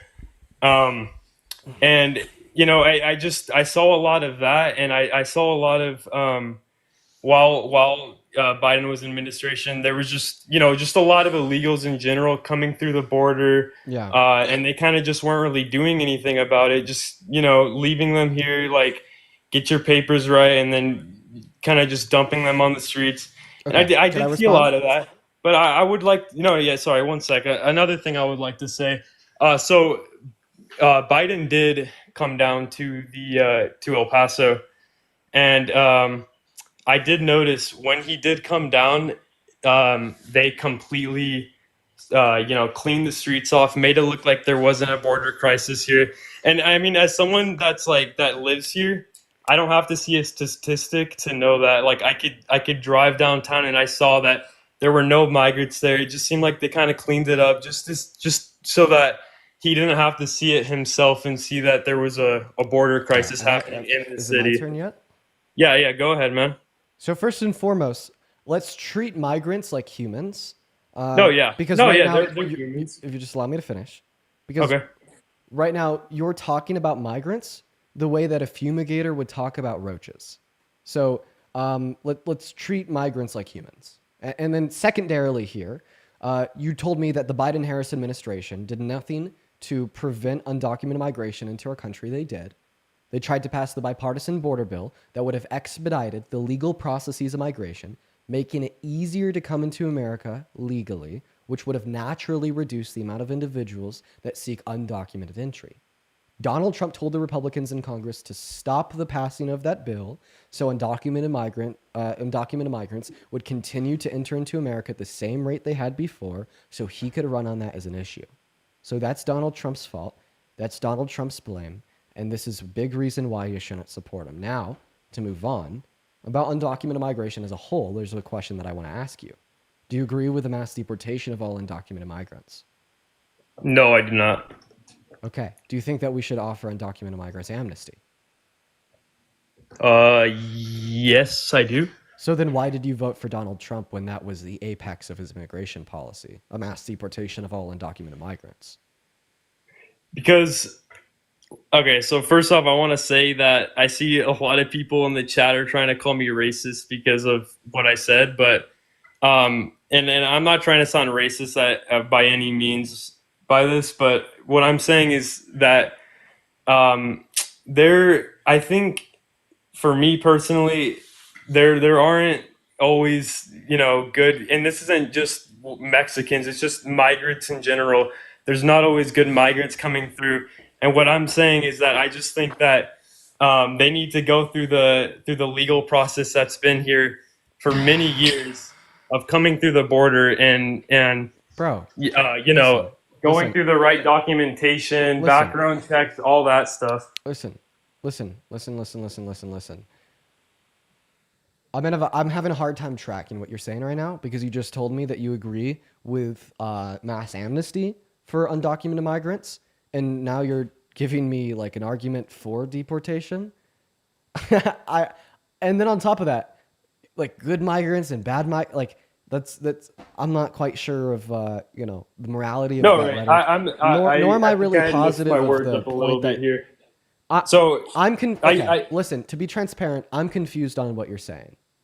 Okay, yeah, so yeah, I definitely did mix my words up there a little bit. So what I'm trying to say is that I don't agree with the mass deportation, and I also see like. So then, why did you vote for Trump as mass deportation was the apex of his immigration Because policy? I think that we should keep the normal documentation process of coming through the borders. Wait, but that was only wait, whoa, whoa, whoa, whoa, whoa, whoa, whoa, whoa, whoa, whoa. A big reason why people enter into the country using undocumented means is because of how bad the legal systems of migration are. Name one policy or one thing Donald Trump wants to do to make the legal processes of migration better. If you can't name one thing that Donald Trump wants to do to make the legal processes of migration better, then we are never going to solve undocumented migration in the long term.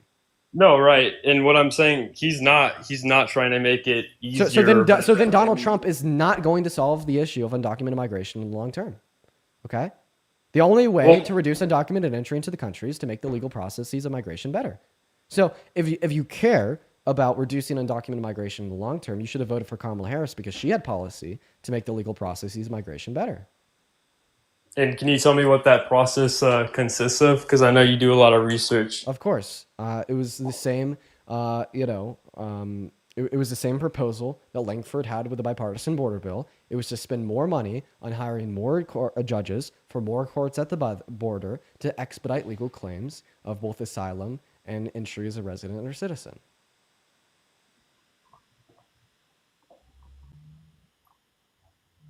Okay.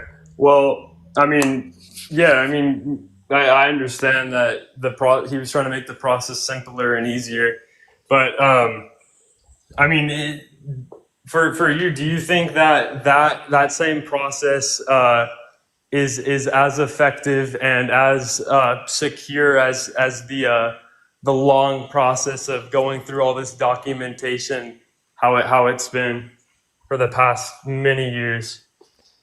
Sorry, you guys. I didn't really understand what that guest was saying for most of our conversation, but because like the last sentence that came out of his mouth just didn't like make any sense, I did just go ahead and kick him. I rarely do that, or at least I try to rarely do that. But like there's some circumstances where I'll just literally kick guests for productivity. So my apologies for that. We are going to move on to the next guest here, everyone. If you will just kind of give me a minute here, y'all. Keep in mind that we are just kind of focused on productivity, but like what the fuck was productive about that when you can't understand a damn thing that the guest is saying? I feel bad, me too. So we're going to move on to the next guest, y'all. Kathy, thank you for the $3 over on YouTube Super Chat. I appreciate that. What's going on, Diana? Did he vote for Trump? Okay, Diana's vacuuming, so we're going to go to... Oh, no, Diana! Re-request. I'm so sorry, bro. Re-request, Diana. What's up, Jealous P? Did you vote for Trump?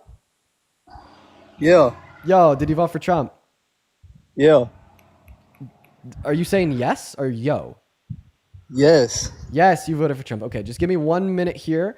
I do have to, real quick, Christina, thank you for the $25 donation on Venmo saying, I'm a black retired teacher. I'm so flabbergasted with the facts and the truth are negative with MAGA. I know, they literally try to stigmatize fact. Thank you for the $25, Christina. Everyone show some love to Christina. Lindsay, thank you for the $5. And Sabrina with the $10. Thank you, Sabrina and Lindsay. And then Chelsea, thank you for the $10 over on Venmo, saying your mods are muting people that are saying Trump is a felon. They're probably referencing like the spam in chat. So I'll ask mods to stop muting people that spam that and for just people to like politely stop spamming that. Donald, thank you so much for the $10 on Venmo. Malcolm with the $10 as well, and Aaron with a $5. Thank you guys so much. We're gonna move on to the next guest. If you want to support me or support the stream, you can find my Venmo and my PayPal in the link tree in the bio. If you're watching on TikTok, I get 100% of all of the proceeds on those platforms, as well as you could attach your name, a message, and an amount, so I could give you a shout out. Now, if you don't have Venmo or PayPal and you still want to support, you could support over on Super Chats through YouTube, and that's a great way to support me as well. What's up, Cassie? Did you vote for Trump?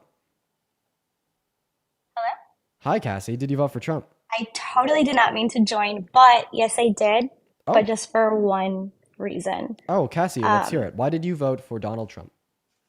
So my husband actually got deployed onto the border mission with National Guard, and I feel like Biden and Kamala weren't on the same page as our governor, and just his living conditions, how they had him, and it was just so unsafe. Like he couldn't even wear his name tape. He couldn't wear his rank. He couldn't wear like what branch he was in because these people would literally threaten him like, hey, I'm going to find your family. I'm going to kill you. Donald Trump deployed more troops to the southern border in the same conditions, meaning that Donald Trump is apparently risking the lives of more individuals such as your husband under your view. So why would you support Trump? So we only had, they only had the funding through the state. So now that Trump is in office, he is actually going to get paid more for separation pay for being away from his family because I had to quit my job because he got deployed and he has no choice. And we also have a daughter. And now that he is in office, they're also going to put him in a hotel instead of a tent. Wait, And please. Tell me, like, give me the name of the bill or the executive order that relegated federal funding for better conditions of troops at the border. yeah, I don't know bills or anything like that, but like he's getting like the process is actually happening. He just got equipment. He just got plate carrier that's way more like better than the one he had. Seemingly, that's just His like living the conditions was DoD. horrible. Okay, Yeah, his see, living conditions were like horrible. I felt so bad. He had no choice. He had to stay there. He couldn't even come home because he was outside of like the 4 hour window.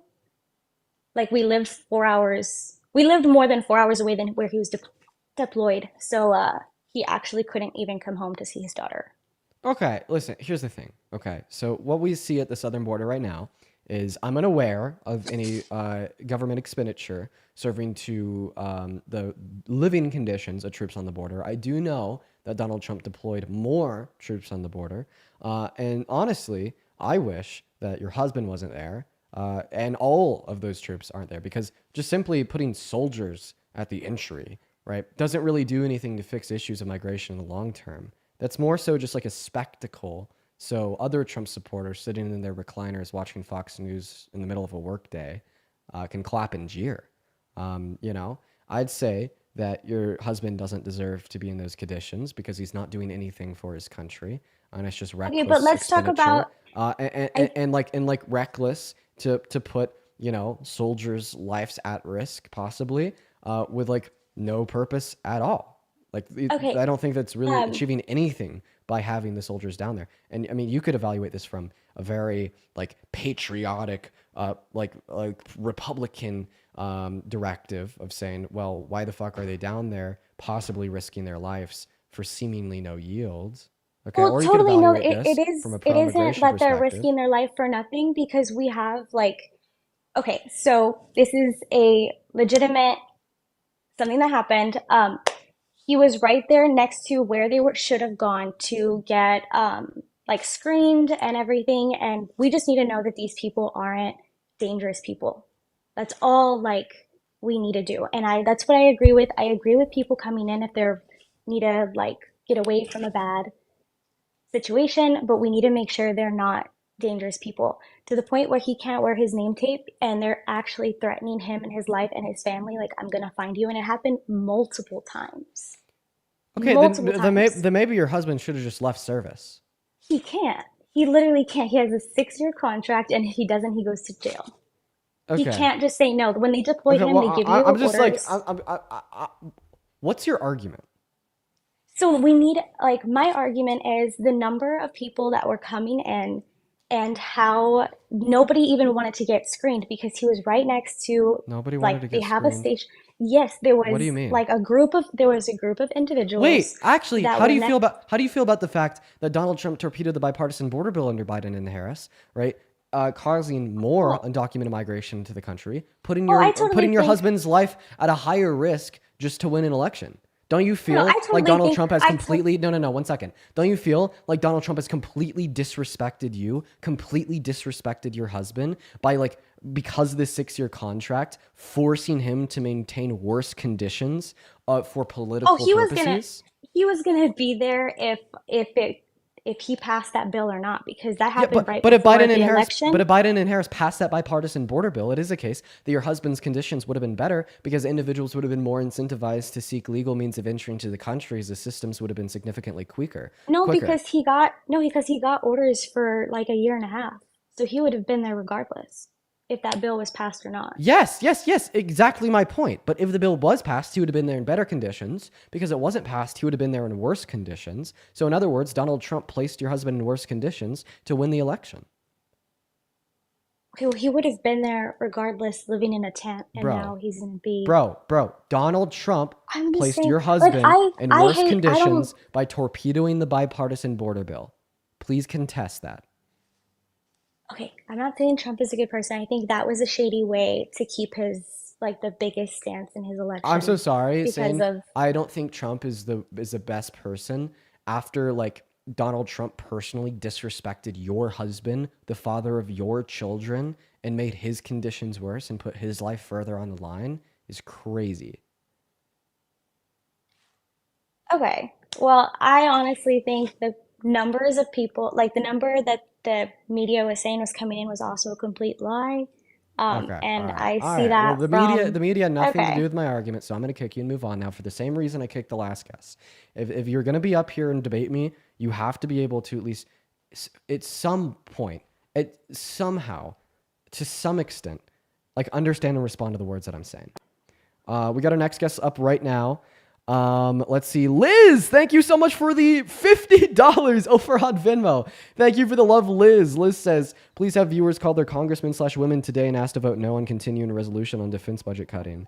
I'll have to look into that. And if I agree with the movement, I'll absolutely tell individuals to do that. Thank you for the $50, Liz, and you could trust that I will be looking into that. Thank you so much. Everyone, please show some love to Liz. At least 500 W's for Liz in the chat. That's so incredibly kind of you, and I do promise that I will look into that. And then Kayla, thank you for the $10 on Venmo as well, and Michaela with a 5. Kayla, Michaela, and Liz, thank you guys. What's going on, Booby? Booby Luvatuli. Is there another name that I could call you apart from those? Just call me Booby. I'm good, bro. Isabel, what's up? You vote for Trump? Hi, yeah, can you hear me? Yeah. Did you vote for Trump? Yeah, I did. So I wouldn't say I'm like Republican or anything. I kind of fall in the middle. Okay, real quick, Isabel, But- how old are you? I'm 19. You're 19. Okay, awesome. Then Yo Barry, what's up? You voted for Trump, right? Barry! What up? You vote for Trump? Absolutely. Okay, is there any way that you could like have your mic any more muffled? We could barely hear you. We want to make sure that we can't hear you at all. Hold on just a second. All right, Barry, while you're figuring that out, we're going to go ahead and start the conversation with Isabella. Isabel, why did you vote for Trump? I think like probably just like with like IVF, and like I know that sounds so small, but I don't know, and I like his. So you voted for border Trump for state-funded policies. IVF? Yeah, I mean, But I the House support resolution it. budget just cut $800 billion out of Medicaid. Yeah, and like, okay, so I'd say I'm pretty open to honestly just having you like educate me a little more, because I definitely have family members who voted the other way, and Do you support now women's I'm access to almost abortion? I'm almost in a way like regretting voting for him. Oh, well, Isabel. Hey, Isabel, I appreciate hearing that. I think that's awesome. That's Like I awesome. was young What I and people recommend, pushed me to vote, but what now I recommend, I what I'd recommend to you, Isabel, is maybe join my Discord. There's a bunch of conversations always happening in there. I think that'd be a great place for you to go. I'm happy that you regret your vote, and I do appreciate you for joining me. Have a good one, Isabel. That's awesome. Yeah, no, please join the Discord. That's awesome. That's awesome. Barry, what's up? Hello? Can you hear me now? I can hear you now. Why'd you vote for Trump, Mr. Barry Bear? Man, there's a bunch of reasons, but I just got a quick question. Why is this conversation still coming up? Like, he's our president. Let's go with it, dude. So the reason, the reason why we're still having this conversation is because I want to inspire a higher level of critical thought in my viewership. So hopefully we as a country will vote better in the future, predicating the reasons we vote on fact, policy, logic, and not conspiracy theory, cult-like behaviors, or logical fallacies. Okay. That's all I had to say. This is pretty funny. It's funny to listen Well, to. Barry, why don't you go on and entertain me and not run away by telling No, us I'm why not you voted running for away, Trump? dude. I'm just looking at the way the country was and look at the way it's headed. It's going to be a lot better. Okay. What's your favorite Trump policy so far? Do what now? What's your favorite Trump policy so far? Oh, I've got tons of them, dude. I mean, look at the border itself. The border itself. What's your favorite Trump Yeah. border policy? Can you name one Donald Trump policy that will serve to make the border better in the long term?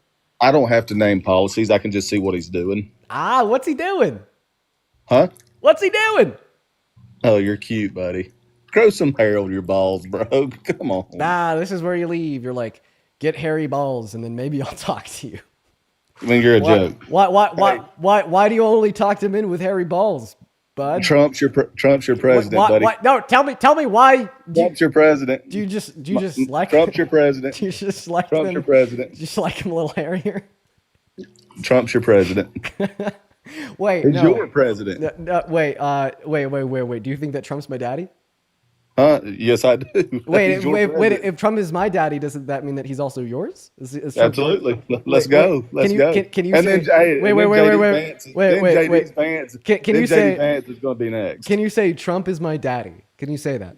Then JD Vance is next. Can you say that for me? Say Trump is my I don't, have daddy. to, I don't have to say that. You're saying it. Oh, Trump's not your daddy? So then why is he my daddy? No, he's my president. That's what I said. Wait, but you said Trump's your daddy. You agreed. You said, yes, Dean, Trump's your daddy. If Trump is my daddy, why isn't he your daddy? But JD Vance will be next. Oh, so JD Vance is your next daddy? So you got two daddies? Whatever you want it to be, just keep on rolling. Hey, why was Trump a better candidate than Harris? Are you, dude? Come on, use your freaking head. Oh, my head. I am using it, and that's why I think Trump sucks. His economic policy is terrible. He's killing our relations with other countries. Not to mention he's a rapist that wants to ethnically cleanse Gaza. So any way you look at it, it's pretty bad. But he's your president. Live with it, homie. Live with it. Okay. So my argument is that he's not a good president. Are you unable to contest that? Is he the greatest president? Absolutely not, but he's better than our other candidates. And that's what I'm contesting. Kamala Harris's economic policy was better. Kamala Harris's foreign policy was better. That's in your opinion. But I'm asking you to prove me wrong, sir. Are you incapable of doing so? We all have rights to our own opinion, as you do and as I do. I actually But don't at the think end of- that individuals have a right to think whatever they want. Do you think that people have a right to think like white supremacy is true? You can think whatever you want. Nobody's telling you can't. I actually tell people that they can't be white supremacists, yeah. Yeah, but do they do it anyway? So what you're telling them doesn't mean anything. So are you just like pushing for like complete total anti-intellectualism, never critically think about a thing a day in your life, and don't advocate for others to critically think either? Are you like literally like a fucking second grader? Wait, no, because even second graders know that you should critically think, and that's why the education system exists. No, I'm a pretty successful dude. I don't have to sit in my mom and dad's garage and do TikToks. Bro, you think I'm sitting in my mom and dad's garage? Look at the fucking studio.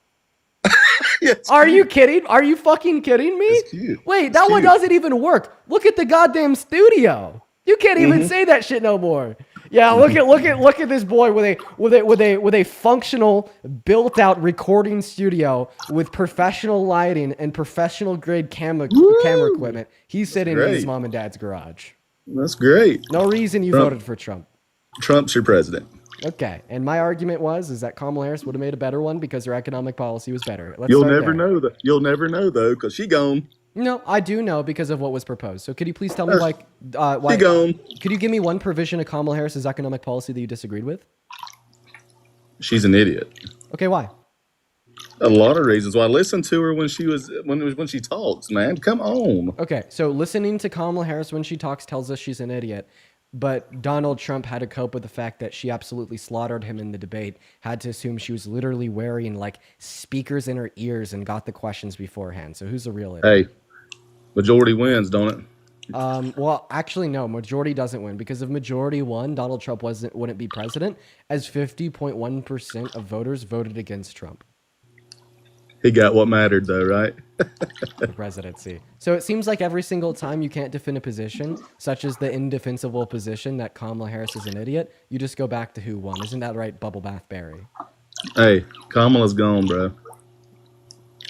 Kamala's gone? Okay. Let it go. Let go of the past, dude. Let go of the past.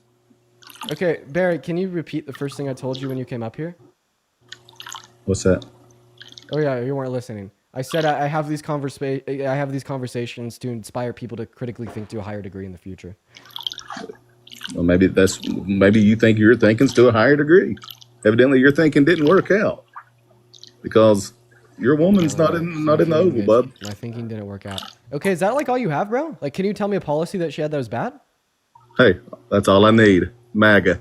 Peace. Wait, name one good MAGA policy before you leave and run away because you're beta. Okay. Well, he just ran away after I called him a beta. I guess he likes it submissive. We're going to move on to the next guest. We got Lid loading up. Ed, thank you for the $5 over on YouTube Super Chat. As well as Angelina, thank you so much for the $10 over on YouTube Super Chat. He says if he's so successful and doesn't need to be on TikTok Live, why is he on TikTok Live? Real. Daniel, thank you so much for the $20 over on PayPal saying keep educating people everywhere, even those in the tub. Yeah, I don't know if that was just kind of like rage bait, but I do appreciate you for the love, Daniel. Everybody, please show some love to Daniel down below in that chat. Thank you so much. Huge shout out to Daniel. Huge shout out to Daniel. All right, we're going to go to get that next guest up in here right now. Make sure if you're in that queue on TikTok that you did indeed vote for Trump. We're just looking for some debates, and we're going to go and get that next guest up here right now, y'all. Also, if you're one of the 9.5 thousand people watching live right now, make sure that you are double tapping. Let's try to get up to 3 million likes, y'all. Super easy, super quick. Phenomenal. Nico, what's going on, man? Did you vote for Trump? I did not, and I would not, but I'm from Switzerland. And Base. Moving on to the next guest. All right. It's going to get that next guest up in here. There we go. By the way, if you want to support me, Venmo, PayPal, link tree in the bio. Y'all already know. Here we go. All righty, y'all. We're just trying to find that next guest as we speak. Go ahead and drop a maggot down below in that chat if you want to cut the line and come up here and debate. Jake, what is going on, man? Did you vote for Trump? All right, Jake's not here. Well, it seems like Jake is here, but he was lagging very bad. That is what I call MAGA Mobile. That is right, MAGA Mobile. Okay, here we go. Quite frankly, MAGA Mobile is running rampant. MAGA Mobile. All right, we got Queen loading up in everybody. It seems like the Republicans are really scared to debate me right now. I always find it really entertaining when we have 9,000 people in here, but not a single human soul is willing to have a political conversation with me. I always do. Yo, Siri, thank you so much for the $20 over on YouTube Super Chat saying Bubble Bath Berry. Yo, Triple B, bro. Triple B was talking his shit. Thank you for the love. I appreciate you so much, Siri. And let's get at least 200 W's for Siri while we get that next guest up here. You were right on today? Yeah, bro, I'm not even going to lie. We're kind of cooking. We're cooking these frauds today, chat. We're cooking these frauds. Dude, where's that next guest at? Literally nobody wants to come up, bro. That's crazy. Lex? No, not even Lex wants to have a conversation, dude. All right, bro. Yeah, maybe the end of the Dean streams is near because nobody will talk to Dean. Nobody will talk to Dean anymore. Just got too scared. Can't take it anymore, MAGA, they said. Patrick, what's up? Did you vote for Trump? Love you, Dean. Sorry to waste your time.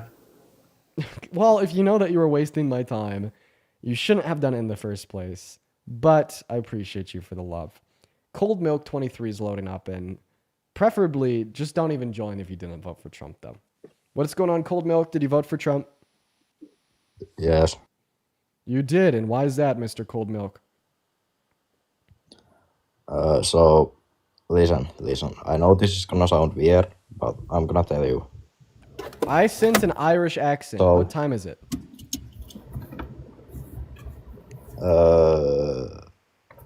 I don't know about America. Okay, Robert, what's up? Hi, how's it going? What's going on, man? Did you vote for Trump? Not much. Oh, no, I'm a Canadian. I just I'm loving your talking to the Americans. I appreciate that, Robert. Thank you so much. Was that not an Irish accent? Okay, I'm sorry. Sorry for confusing the accents. My bad. Brad, thank you for the $5 over on PayPal. I appreciate that. Here we go. What's going on, AV? Did you vote for Trump? Okay, all right, guys. Isn't that crazy that there's not a single Trump supporter in here with a spine to come up here and debate? Isn't that fucking crazy? Jessica, thank you for the $20 donation on PayPal for educating idiots. I appreciate you for the love, Jessica. Also, Jane, you got to hop in that queue because I can't invite you just by clicking on you. What's up, Trail Mix? Did you vote for Trump? Yes, voted for Trump 3 times. Oh, Jesus Christ. So you're a true American, isn't it? Ain't that right? I wouldn't really say. I don't know. I mean, shoot. All right. I'll do what I can do. Why'd you vote for the guy? All right, so I voted for him because in my line of work, you have downs and you have your ups. I work doing construction, and with Trump from 2016 for that first 4 years, economy was, as far as construction wise goes, man, we were making money. We were making really good money. And it's not like I'm not super old or anything. So I wasn't around for really Bush or anybody. But then Biden came along, and dude, I freaking struggled. It was bad. And I know some of that had to do with freaking COVID, but a lot of the policies that were passed from COVID were kind of pushed more or less by the liberal side. And that's why I chose to vote for Trump. Really, what policies did Biden pass that you were not a fan of? Like I said, it came from more of the liberal side, not necessarily Biden. Okay. What policies did the liberal side pass that you weren't a fan of? Well, just the shutdowns on everything. That happened under Trump's admin, bro. That was 2020. I'm well aware of who it happened under, but it got pushed by the liberals. Okay, It didn't- so I want to clarify. You're mad at Biden and Biden's administration that didn't even exist in 2020 for something that happened under Trump, and that's why you voted for Trump? Wait, I have a question. If Trump couldn't stop it while he was president the first time, how could he stop it the second or the third? I'm not saying he can stop anything. What I'm saying is So then why did you vote for him? If he can't stop it, why did you vote for him? because we had a freaking booming economy, and as long as I can make decent money, I really don't give a wait. Now, you're making a correlation causation fallacy in the sense that you're assuming that everything that happens in the economy under Trump's presidency was to blame on him, and it's really fucking funny that you're making this argument right now because we had the highest level of unemployment under his presidency in April of 2020. Do you blame that on him too? On Trump? Yeah. Or you're talking? Okay. I would say 50% of that was his fault. Yes. Okay, so he's responsible for an unemployment rate of over 7%? I would say 50% of that is his fault. So then what do you mean he's good for the economy if he's responsible for an unemployment rate over 7%? Well, the last time we had him in office, gas fell to some of the lowest prices we'd seen, and I know that's doesn't have everything to do with him. The White House. Whoa! Stop talking. Okay. What is? Wait! 1 second. I'm sorry. I just gotta No, you're good. paraphrase this real quick. You think you can hurt me? I just watched my unborn children drip out of a WHORE that arched like a pissed off bulldog.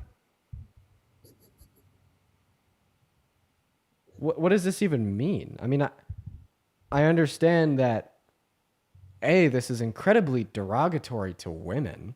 I can understand that much. But what does this mean? It's 100% just comedic rage bait. Okay, what's the punchline of the joke since it's comedy? You got the punchline. Okay, You literally read it. Can you kind of reiterate it to me? What's the punchline of the joke since it's comedy? It's supposed to be like, it's funny, like, oh, you think you can fucking say something to hurt me, basically. What is the Like you can't say- watching the unborn baby drop out of a HWORE like a bulldog? What does that mean? Does me describing the comedy, because almost 10,000 people like that TikTok. But I don't even. So what does that have to do with politics in the slightest? What are you? So what I'm like, honestly, I just think that's like gross and disgusting, like so gross. Like what are you describing like a woman having a miscarriage, then calling her a HWORE, and somehow that has then nothing implying to do. It has like nothing to do with implying miscarriage. what does it mean?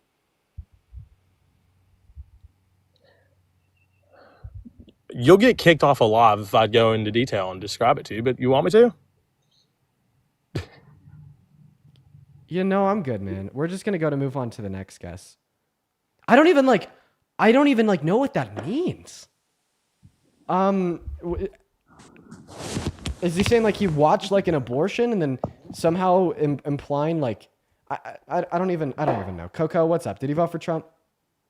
Hey, no, actually, no, but please don't kick me. It's just. I'm sorry. I already kicked you. We were only looking to debate Trump supporters. I do appreciate you though. What's up, Rarin? Did you vote for Trump? Yes, I did. All right. Okay. Well, why? To be honest, I just preferred his policies. It's nothing personal against the other opposition. I just preferred him more. Okay, truly. What was your favorite Trump policy? I Let's haven't talk lived about in the it. States that long, so I just kind of went off what other people had said. Okay, That was so all. what was your favorite policy? Mainly to do with migration and immigration. Sure. Hard question, tough question. I know. Because but I can am you going to name- do so. Tough question. I know. Can you please name one long-term immigration policy that Donald Trump has either already signed in or wants to sign into law? I mean, I don't know if he signed anything. I think it's more I know this sounds really bad. It's more just the idea of his that he wants to stop illegal migration, and that's what I support. Okay, so But I Biden. don't know what the name of the policy would be. So but that's Biden and all it is. Harris were the only administration with a way to resolve like issues of undocumented migration in the long term, and the only way to do that is to make the legal processes of migration better. The reason why so many individuals migrate into America using undocumented means is because the legal systems are so bad. So if Donald Trump doesn't have any policy to actually resolve undocumented migration in the long term, it doesn't seem like it's going to be conducive towards your goal. But I will ask, what time is it? It is 9:45 Yeah, you're not in the UK. Yeah, you're not Nigger, even- nigger, nigger, nigger, nigger, nigger, nigger, nigger, nigger, nigger, nigger, There's nigger, literally no way for nigger, me to nigger, mute him nigger, fast. nigger, nigger, nigger. I'm sorry, guys. There's literally no way for me to mute him fast. His ad is at RARIN_100. At RARIN_100. You know, Ran, before I kick you, I just want to put it out there. I believe in transparency for people and engage in such actions on the internet. I don't think that you deserve anonymity. And, you know, like, I'm totally fine with individuals figuring out who you are. Have a good one. Moving on to the next guest. We got Caitlin loading in. I apologize for his use of slurs. Just know that the reason why you don't see people doing shit like that in real life is because they're not anonymous in real life. So, I mean, if we want less people to engage in such, like, deplorable behaviors on the internet, just make them not anonymous on the internet either. Isabel, what's up? Did you vote for Trump? All right. Isabel's not here, so we're going to move on to the next guest. We got Kim loading up in, you guys. We got Kim loading up in. Everyone do just kind of give us one moment. Everyone do just give us one moment. All right. Kim's not loading in, you guys. Go ahead and drop a maggot down below in that chat. If you voted for Trump, y'all. Go ahead and drop a maggot down below in that chat if you voted for Trump and you do want to come up and debate. We got Ash Bash loading in, y'all. Everybody just, you know, be patient. Be patient. Be patient. Be patient. Next guest is loading in. What's going on, Ash Bash? Did you vote for Trump? Yes, I did. Perfect. Lucy, thank you for the $5 on Venmo. And Yoshi with the 25 Canadian dollars over on YouTube Super Chat. At least 200 big W's for Lucy and Yoshi. Real quick, how old are you? Oh, I'm 40. I was born. I'm 83. Oh, I believe you. I believe you. I believe you. Your voice just sounded like rather high pitched when you said yes, I did. But no, I believe you. So, why did you vote for Trump? Can I start with why I didn't vote for? Well, first I didn't vote for Biden, and then and I definitely wasn't voting for Harris. Yeah, Can I please. say fine. why? Yeah. Okay. So so for me it's inconsistency. I don't like when people, you know, say one thing and do another or talk out of two sides of their mouth. So for Dude. example, really go ahead, I'm sorry. Sorry, you're just describing I- Trump, and people do that a lot. Okay, and no, it's- and it never bores Yeah, me. that's Wait, I'm sorry? You said it bores you? No, it never bores me how people will Oh, tell me okay, that they gotcha. don't like Biden or Harris because of something that Donald Trump has perfected, such as being like a two-faced snake. Well, that's your opinion. So I'll delve into this real quick. So for me it was how he pulled out of Afghanistan, and seeing that I have a clip I could play it for you if you want, but where he's talking about how he should pull out, and this was back in I think 05 if I'm not mistaken, and he literally talks about exactly how it should be done and that we shouldn't leave weapons, and he did exactly the opposite. He left weapons, he pulled out, he left Americans behind. I just don't vibe with that. So, and weapons were left in Afghanistan because it was more cost effective to leave them there and destroy them compared to bringing them back home. So I thought that you want to cut down on wasteful government expenditure, and as soon as the only option You don't to wanna do leave- so in context of the pullout from Afghanistan cuts down on wasteful government expenditure, it's a bad thing. Yeah, but you don't want to leave, I mean, weapons to a terrorist group. You're leaving destroyed weapons that can't be used. Where? When? But he didn't do that, though. Afghanistan. They weren't destroyed. They were destroyed, yes. They were flying, they were like literally flying around like they have video of it, of them flying around in The pictures and jets that they videos left. and the demonstrations that you're referencing was the Taliban driving and flying around Afghani why are you- military who's equipment left by Ashley? their leadership. Oh, I got you. Well, that's for me. That's number one. Number two. Okay, well, I refuted they- number one, so respond to my refutation. Okay, well, that's cool. All right. And so number two. Okay. You were talking about gas prices and inflation. Why on day one did he kill the Keystone, the XL pipeline? Why didn't he allow that? Well, we need to be specific. So it's not that Biden killed the Keystone XL pipeline. It's that the Supreme Court killed the Keystone XL pipeline. And the reason the Supreme Court killed the Keystone XL pipeline was because it ingressed upon indigenous lands, and they ruled that as unconstitutional. So that was after I thought he signed an EO for that. On day one, he did that. So the Supreme Court made the decision, and then he executed upon their decision. And I agree with that decision. And seemingly, You do? seemingly you should too. Do you agree with Trump's tariffs on Canada? Yeah, I think tariffs could be a good thing. Yeah, I yeah, just but think that Trump's we need tariffs to on Canada reduce importation of their oil, just like shutting down the Keystone XL pipeline did.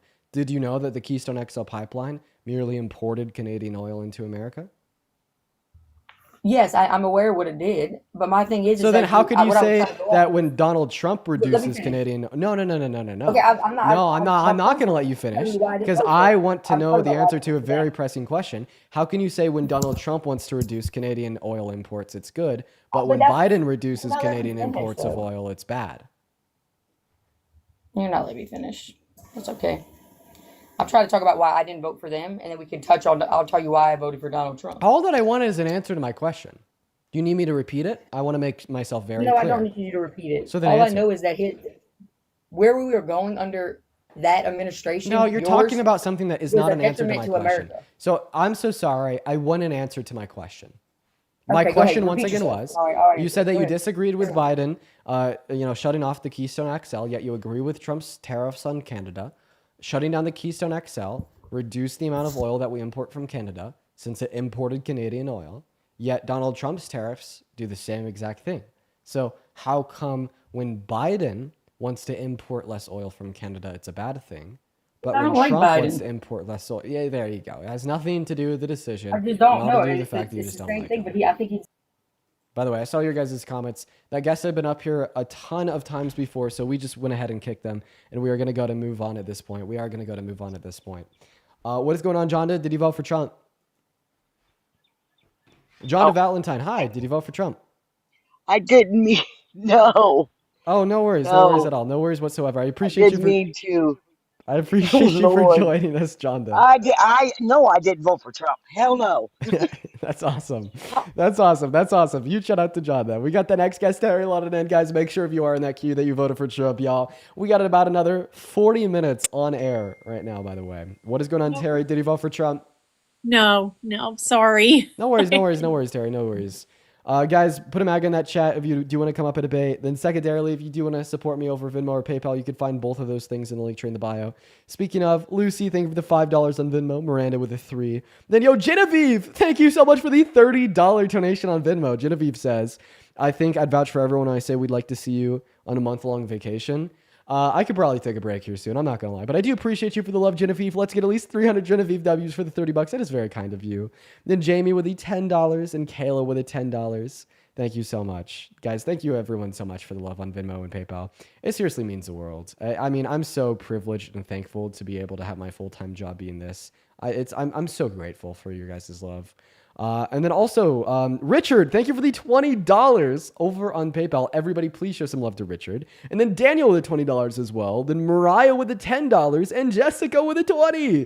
Thank you, Mariah and Jessica. Everybody, show some love to Mariah and Jessica. Then Tobias with a 1, Liana with a 2, and Kate with a 5. Guys, thank you so much for the love. While we go ahead and get this next guest up here, All right, we're gonna see who's next. We got Don loading in. We're also gonna try to load Hunter in.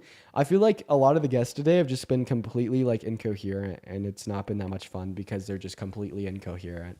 Hunter, what's up? Did you vote for Trump? Charlie Kirk cooked you up, Deenie Weenie. I don't think he did. You're gonna run. I just know the personality type. You're just gonna say Charlie Kirk cooked you, and then you're gonna leave the live. Am I right? Bro, these Pringles are slapping right now. I'm not gonna lie. I have a question. What argument did I run on Charlie Kirk in the conversation I had with him? Cooked up, baby boy. Cooked up. Okay, so what argument did I run on him? Why do I always like predict the future with certainty? Why do I always predict the future with certainty? How do I just always know exactly what these people are gonna do?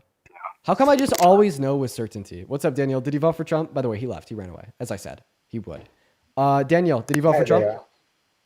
Hi there, I did. Yes. You did. Phenomenal. Eric, thank you for the $25 YouTube super chat. I really appreciate you for the love, Eric. Eric says these Trumpers cannot articulate their positions because they don't exist. They stand on misinformation. Absolutely, Eric. Absolutely. And then also Ethan, thank you so much for the $25 donation over on PayPal. I want everybody to show some love to Ethan in that live chat literally right now. Thank you so much, Ethan. You are awesome. Thank you. And then also Archer with the $25 over on Venmo. Thank you for the love, Archer. Archer says, thanks for making this 8-hour drive. I'm on more entertaining. I appreciate you a lot for only speaking about things as a straight white dude. There's a lot of people who would only listen to somebody that fits those demographics. No, you're right, man. I'm privileged, and I try to use that privilege to get people to be better. And I absolutely recognize that. Yeah. Thank you for the love, Archer, as well as Ariana with the $5 and Lucy with the $5. Okay, Daniel, why did you vote for Trump?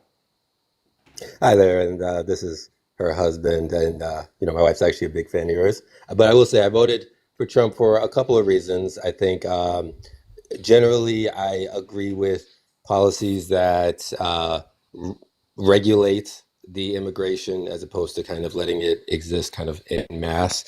I'm a fan of certain people on his staff, like Robert F. Kennedy Jr., who I think I would have voted for in another life had he been a more viable candidate. I'm in favor of a general spirit of merit. So in regards to like DEI and things like that, I'm a person of color myself. DI preserves that.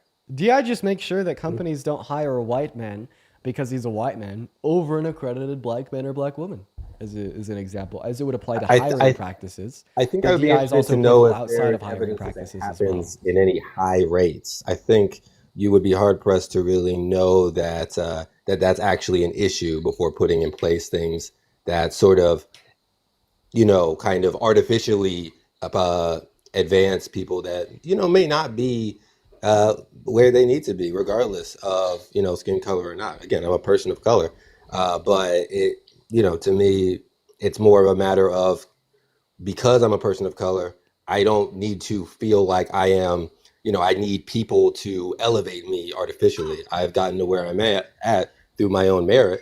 And I think that should be the general policy. And I think the fact that it isn't, and that there's a push for, kind of the intelligentsia to, try to preserve, black people or women or whatever it is, it kind of speaks to this kind of subconscious notion that in some way we still need to be taken care of. We still need to be catered to by them in order to be in a position of success. And I don't think that's the right approach. Okay, so we're going to reframe this conversation. I want to respond to what you just said, but we're just going to set DI aside and more so just talk about policy targeted towards benefiting minority communities such as Black Americans and how that is a good thing, not a bad thing. Is that fair? Talking about policies that specifically target Black people? Yeah, sure. Yeah, because I feel like that is also something that you disagree with here. So I very vehemently disagree. Well, I mean, not necessarily, but I guess it would depend on the nature of the policy. Well, I mean, you just described this nature where when we focus on uplifting Black Americans, for instance, it is bad and perpetuates a notion that Black people need to be uplifted, and you don't like that. I think if you are strictly hiring people or admitting them into, Ivy League schools on the basis that you have a quota that you need to meet, I have a question. that So is you're talking. not, I don't equate that to, So I you're don't talking equate about. that to lifting up black people. So you're talking about affirmative action. Who benefits the most off of affirmative action? Minorities, I'm assuming. White women. Okay. Thanks. Okay. Now, going back to what I was gonna say, are you interested in are you interested in hearing my argument why I think it's okay Yeah, and it's of actually a course. positive good thing to have policy that would Of course. target at uplifting Black Americans? Of course.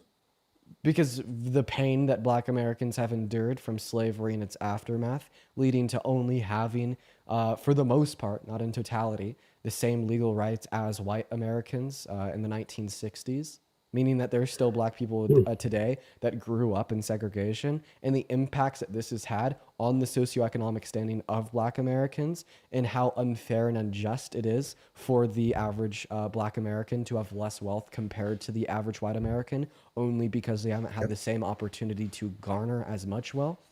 I mean, like, imagine we're playing a game of Monopoly, okay? You, me, and 8 other people, okay?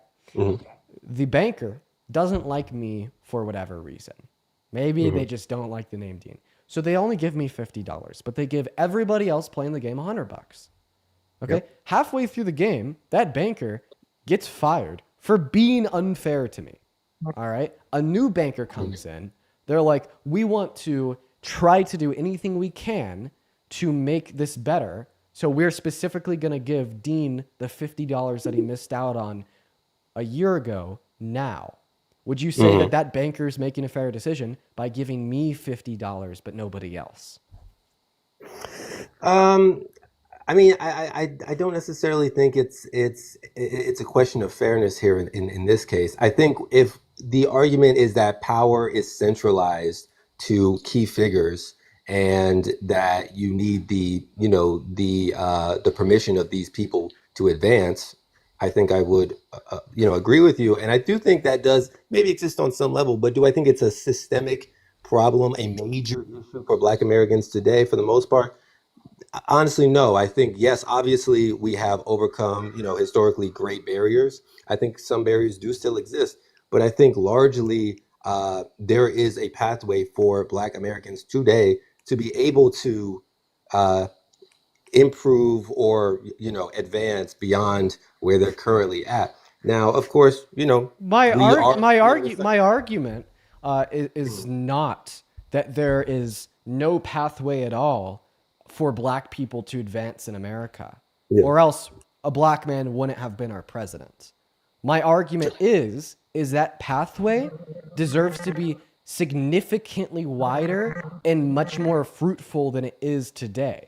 And the only reason why that pathway is not significantly wider and much more fruitful is because of racism since the conception of America and the transatlantic slave trade.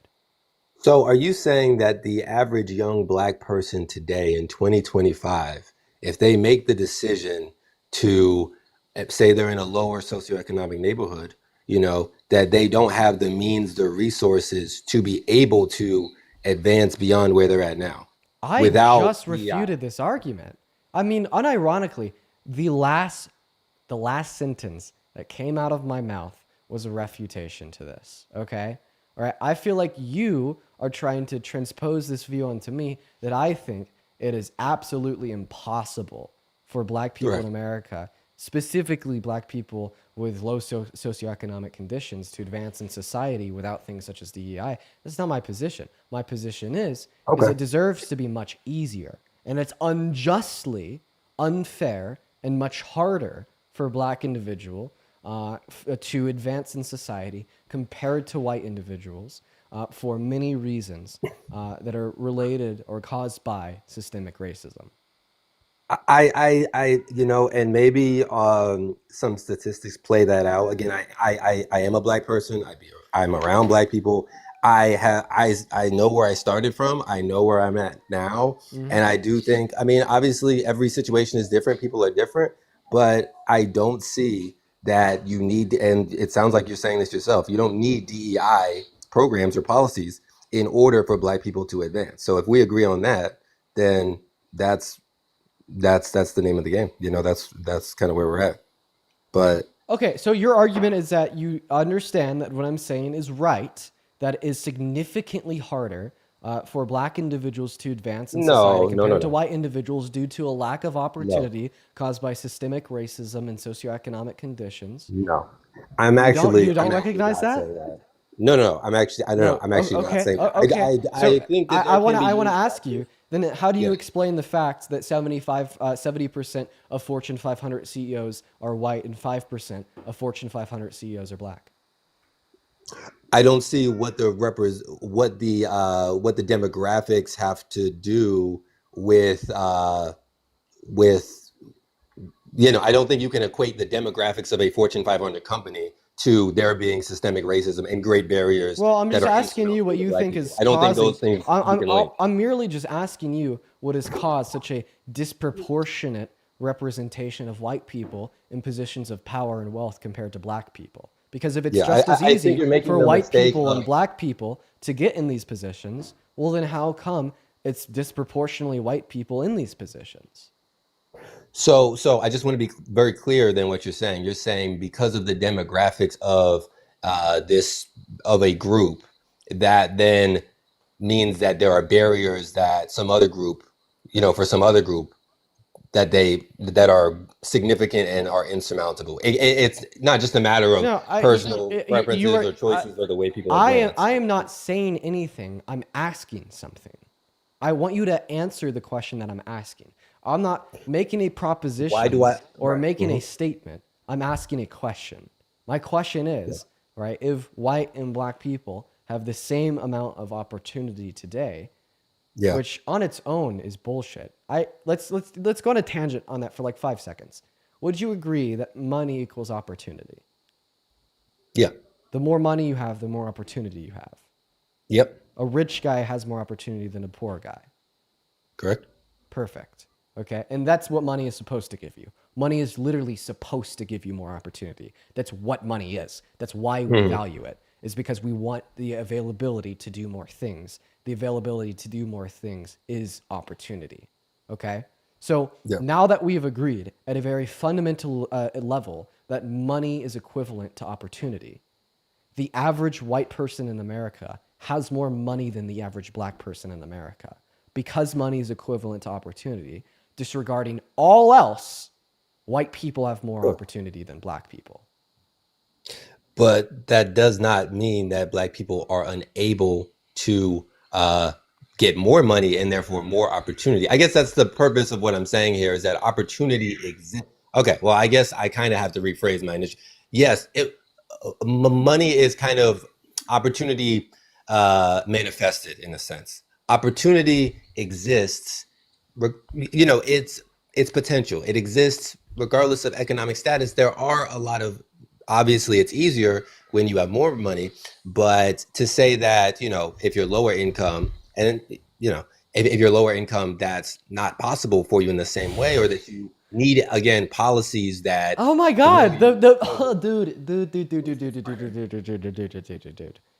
I'm over you re-suggesting the same premise when I've responded to it 10 times. You are superimposing a position that I don't hold to as a fact that you think I hold to. I do not believe that black people in America have no opportunity. Okay? I don't believe that. Right. What I believe is that black people in America have less opportunity than white people in America because of systems of racism. And I guess what I would say is I do think that there are barriers, but I think where we disagree is in the solutions to that. I think you see it more as, creating certain pathways that sound just, sound kind, but don't always have that effect for those people. Whereas me, again, being a part of this community and kind of seeing it from a different perspective, perhaps, I just have a different view about our approach to it. Okay, so But that's fine. I'm so actually happy to pivot on to another topic if you would like. sure. I'll let you take the conversation where you want it. And if Santana, Jaden, or Athena, are watching and would love to come up to continue that conversation, feel free to. But go ahead. Yeah, no, absolutely. I think the other, big thing that stuck out to me was, obviously immigration was a huge topic during the election. Um, I work with a lot of the illegal immigrants myself where I'm at in the city, and I think from what from my personal experiences, from what I saw, as well as the information that I was, aware of throughout the election, that the approach of, a secure border was obviously kind of, favorable to me. So that was another big reason. Okay, yeah, I want to ask you a question about Trump's main immigration policy, mass deportation. Do you support the mass deportation of undocumented migrants that have not committed violent crimes? That haven't committed violent crimes. Yeah. Not necessarily. Okay, so you agree with mass amnesty? Yeah, like letting people Become who haven't committed citizens? crimes stay or in the potential. Yeah, Okay. So then why do you support Trump? Because Donald Trump during wants mass deportation. I understand. Well, during the Biden-Harris, during that thing, the Little borders were Bro, very wide open. What's Lil Tay doing in the chat? That's crazy. Go ahead. The borders were very wide open. It allowed for just a lot of, mass migration of people that didn't have the opportunity to get properly vetted. So some of those people, not all, because I believe most immigrants, even Okay, illegal wait, I have a immigrants, question. What was Biden and Harris's open border policy? well, it wasn't really a policy. It was more of a lack of strong Okay, policy. so then how do they open the to keep border? borders Wait, secure. wait. If there's a lack of strong policy and they didn't implement any new policy, that means that Donald Trump didn't have strong policy because they would have been writing off of his policy, right? Well, no, because when Biden comes in, executive orders are placed to, make whatever changes need to be made. It was kind of like Wait, what did he during- change through executive orders that opened the border? So during the election, this was prior to Kamala Harris. This was right before the Biden-Trump debates. An executive action was put in place by Biden that did allow for greater security on the border. This was right before the debate. I'm asking you, what executive orders he placed into law when he first, became president to open the border? What bad executive orders did Biden pass? Are for the you border? saying that the border was secure? I want I an want answer to you my on record question. telling me that the border was secure during that time. No, I don't think that the border was where I wanted it to be. Okay, then that's what we're And talking I still about. don't Okay. think it is. But I want you to answer my question Right. because you're the one positing the position that they opened the border by repealing Donald Trump's policy. What Donald Trump policy did they repeal that opened the border? Well, the border, there was, from what I saw, an executive action of sorts that allow for more open borders or less. You have to be specific. What did they What policy did Donald Trump pass during his first 4 years for the border that they repealed that left them Were wide the open? borders open? Were the borders open? No. Okay, then we agree. You're saying that the border wasn't secure. I'm saying the border wasn't secure. You're trying to get me to gotcha. No, you just asked me and- if I thought the border was open. I said no. Then you were like, we agree, even though you're arguing that the borders were open. What the hell are you saying? Are you saying that the border during the Biden administration? Yeah, was during the there a Biden secure border? administration, Yes or no? the borders were Was not there a open. secure border? Was there a secure border? Yes or no? What do you mean by secure border? A secure border where people were not coming in in no. mass numbers and not okay. So what I mean by secure border is a border in which I find to be justifiably paid attention to serve to the best interests of migrants and the country. I do not believe that we had a secure Do you think border. that was happening? I do not believe that we had a secure border under the Biden-Harris administration, as the legal processes of migration have been neglected by our Congress, disproportionately by Republicans, and they need to become significantly better by expediting the legal processes of migration. Okay, so I that's agree. why I believe that we did not have a secure border under Biden or Harris or any modern American presidency, right? But my reasons actually why agree we with have why we didn't have a secure border is completely unrelated and different from your reasons. You told me that we did not have a secure border under Biden and Harris because when Biden became president, he repealed executive orders and policies placed into law by Donald Trump.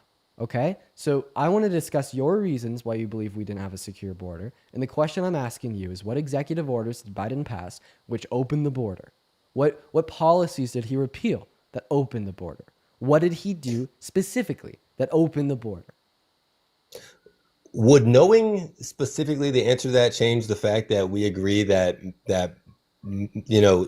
illegal migrants were coming in large numbers, unvetted to some degree? Would that change the fact of the situation for you? Or are you just interested in a gotcha because you've got Well, what it would change, what what it would change is that you are trying to place culpability and responsibility on the Biden-Harris administration.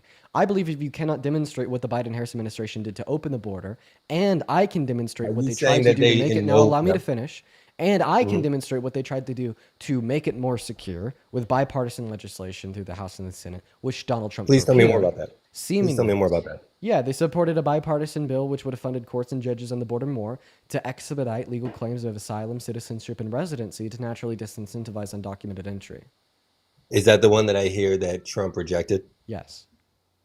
Okay. So that one still allowed for big numbers of not vetted people to enter, in addition to those other things with border security that was kind of wedged in there. Yeah. The argument that you're making is that, well, there's like rolling weekly average caps before the bill shut down the border. I don't care about that. It could have included infinite caps. We still don't have a cap. There's no automatic shutdown of the border. The value of the bill was not in where it would automatically shut down because of the amount of undocumented migrants coming in. The point and the value of the bill was to incentivize less undocumented migration by making the legal processes of migration better. Bro, do you think that people want to come in undocumented? Do you think that people want to have a target on their back by half of America? Do you think that people want to be under constant duress and threat of deportation? Absolutely fucking not. Undocumented migration is not fun even for the migrants. The reason why people enter into our country with the use of undocumented means is because the legal processes of migration are so fucking bad. Okay, so when this bill would have expedited those legal systems, well, all of a sudden the legal systems are slightly better, making them more accessible to more people that would have otherwise entered into the country with the use of undocumented means. And that's the issue that you're facing right now. So do you support the illegal immigration situation as it existed before? What do you mean? Like you before support? That's such a vague question. I'm curious. How did you feel about the state of illegal immigration? Yeah, I felt terrible that our country was absolutely neglecting the legal processes of migration to use these individuals as a political pawn. So it sounds like you felt like America has the responsibility to take in these migrants. Yes? It's not so much that I think America has a responsibility to take migrants in, as I think when migrants do come in, they only produce good outcomes. So America does not have a responsibility to kick the migrants out. But let's be very clear, though, because they're coming in intentionally. I mean, it's not like, they're coming here. So the fact that they're here, I mean, obviously you seem to, and correct me if I'm wrong, but it sounds like you are saying that, and I agree with you that we need a better legal process for them, but it sounds like also we, on some level, have a responsibility. If you agree that we need a better legal process for legal migration, what is Donald Trump's better legal process for legal migration like Kamala Harris? I will answer your question if you answer the one I was just asking. You've asked me a billion questions. I've answered them all. Please answer one of mine. Seriously, you haven't answered a single question of mine, and it's getting annoying. What is Donald Trump's solution to better legal migration?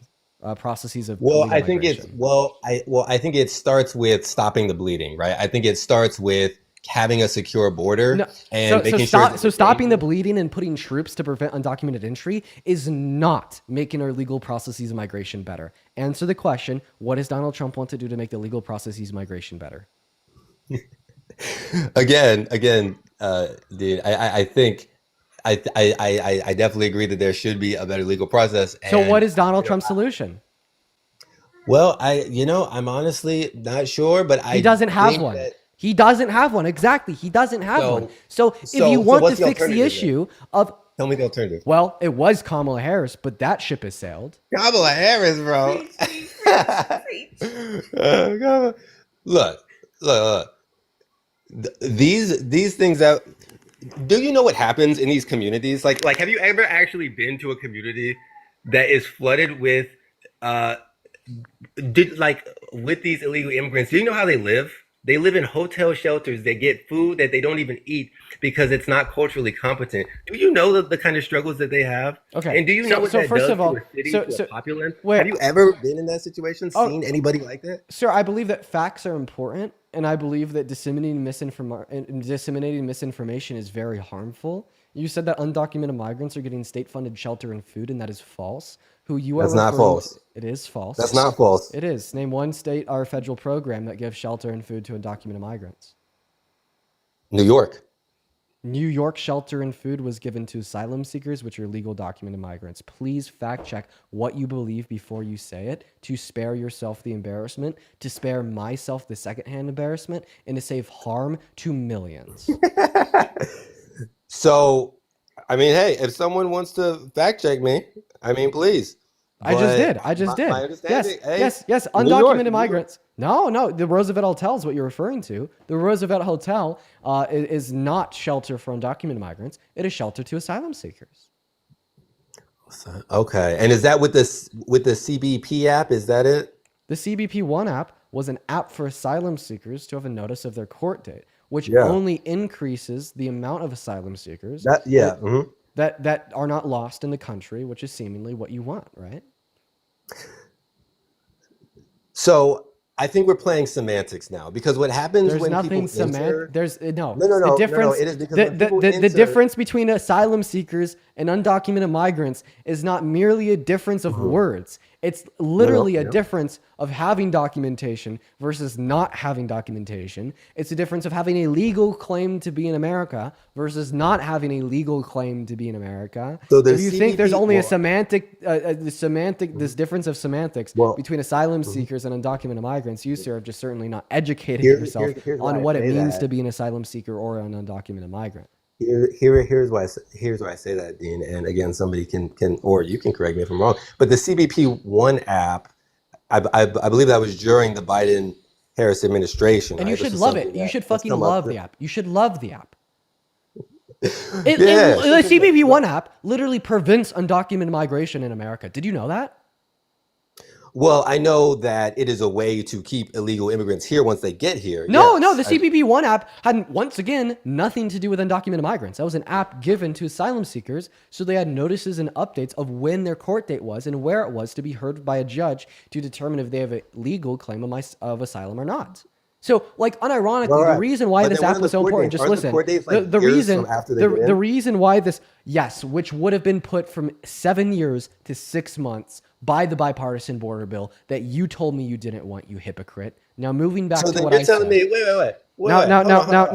Now moving back to what I said, right? All this app did was it informed individuals of when their court date was, so they'd be at a higher likelihood to show up. Mm-hmm. Well, what happens if an But are they asylum showing up, seeker Dean? doesn't show up to a court date? Are they they're showing not up? documented. So they're not showing up. What are you They're saying? largely not showing. So they get their court date, which is what we say, like years in the future, right? They aren't showing up to it. Where are they? Francis, Dean? thank Are you they- so much for in places like the Roosevelt Hotel in New York for the first 6 to 12 months of their residency, due to the fact This that is they why I can't say work. it's kind of a game of semantics, because yes, they do have a fun app. They have a court date that's years in advance, but they're still not processed. They're still in the lurch of the system. No, kind of in order to floating even through. come into our country as an asylum seeker, you must go through a legal port of entry and be documented. I actually don't believe that's right. I'll be honest on that front. I'm not as super knowledgeable about the app Bro, itself. Daniel, listen. You're egotistical. You're cocky. You're not willing to concede when you're wrong, and it's starting to piss me off. Are you really still trying to argue that it's a game of semantics to dispute if an individual has a legal claim to be in America versus somebody that doesn't? Like, Jesus fucking Christ, man. Like, I understand that you hate to be wrong. Hey, D, so I don't do want you I. to get upset. I I don't also want you hate to to get be. upset. Whoa. I want you to get upset, my friend. Whoa. Just because I'm calling it a hot day out when my weather app is reading 90 degrees doesn't mean that I'm frustrated. Just because I call the shots as they are doesn't mean I'm upset. I'm just showing you a mirror. So the fact is, I mean, I don't know. At the end of the day, people are getting. Why do you keep saying what the busted fact in is large when you don't know any numbers. goddamn facts? So Stop are you saying that. It's happening in Massachusetts too. What's happening in in a lot of big Massachusetts? cities. What's happening in Massachusetts? where there's, influxes of, people that aren't processed, people that are, not legal, not citizens. And again, that doesn't mean that they need to be, you know, kicked out. Can you name one way? But it does mean that we need to be, as a country, Dean. Can you as a name country, wait? Name every one country- way. Name one way that undocumented migrants in America who've not committed violent crimes hurt you, me, or America as a whole. Well, it kind of gets into this. Every country has the right, I think, No, to defend answer my its borders and to answer say my who- question. Answer my question. What's his question? Because My question. Uh-huh. My question is: can you name one way that undocumented migrants in America who've not committed violent crimes hurt you, me, or any other American? I think I can, if you're ready to get a little esoteric with me. Here's the thing. America has to stand for something. America has to be something. The fact is, when you create just a open, huge land where there's no unifying culture or creed or anything like that, or anything like that, what do we have? We don't have a cohesive vision for a country. We just become a beautiful melting pot, don't get me wrong, but we lack the idea of what is the United States. What is it that we actually represent? And this doesn't apply to any other country. We don't bat an eye at other countries like Mexico, like Canada, who are very tight in some ways with their borders and say, this is what we are. This is where we are. We as America are considered the dumping ground, per se, of any single person You understand that wants that? to come here. You understand that white supremacists use the argument you're giving to me right now to shit No, on because black it's not culture? about. It's not like about. like exactly what you're saying right now. There's 1,000,001 ways that I could refute this, but the most simple refutation that I believe should be the most effective, right? Speaking with a black American such as yourself, is the fact that white supremacists use this argument of the Don't give me conservation this shit, of dude. national Look, identity to shit don't give on black culture. It is not. Listen to me. And I knew this was going to go down this rabbit hole. Let's be very clear here. What I'm talking about is not about what color your skin is. It's not about even where you're from, because immigrants are as much a part of America as anything else. We're not talking about that. We're talking about, do you understand what it means to be American? Do you have a desire to be American? That is not happening. Oh yeah, people that drop everything they know and love to like walk for 3 weeks to work a job in America definitely have no desire to be American. Well, it's a funny thing, Dean, because it's not just what's happening with illegal immigrants. It's also what happens with people that already live here. I mean, it's kind of a combination of the fact that, we have kind of snarky intelligentsia, people like you who kind of denigrate what being an American or America even really means or stands for, or whatever value that it used to have. We already don't respect our governing bodies or our police. We don't respect the flag. We scoff at what it used to represent. And then you throw in every single person from the world. And it doesn't, again, it's not about their race. It's not about where they come from, but it's just the idea that we are, very nonchalant. Wait. blasé. Undocumented migrants have more respect for the police than citizens. They're 2 times less likely to commit violent crimes than natural-born U.S. citizens, man. Well, that might be the case. Undocumented migrants have more respect for the cops than wait. Undocumented migrants have more respect for police than Donald Trump. Hey, look, if I had priors, okay, you're not gonna catch me driving hot in a car, going over the speed limit. I'm gonna be on the speed limit 10 and my hands at 10 at 2. Okay, nobody wants to rock the boat when you already have. I don't hear a refutation of my argument. I just hear an attempt to justify my position of anything. Well, I have no doubt that illegal. I mean, again, my position is not that illegal immigrants are violent people or nasty people. I think the vast majority of illegal immigrants are just people that want to work and want to make a living. But let me tell you who that tends to impact adversely the most is the actual legal immigrants that are actually in those same neighborhoods, in those same communities. What would you say to those people that waited years, that did it the right way? But oh no, Dean says that it's okay. So sorry that you had to wait 6 years to get Okay. your thing in. Someone else thinks that So I you know. mean, this argument is postured about every, I don't know, at least once a decade with a different issue. Yeah. And the argument is, well, so many people have had to fight so hard for this one thing that when Mhm. somebody's able to do it easier, it's a bad idea. Yeah, this It's is that- it's- no, exactly it's that- this it's is what it this is means to do it in exactly the first place. this is exactly what a lot of older women who stood against the ratification of a woman's right to vote in the early 20th century said about all of the 18, 19, 20-year-old women that were just gaining the right to vote as new adults. They said Absolutely, that we have lived the entirety of our lives without the right to have a say in the governing body of this country.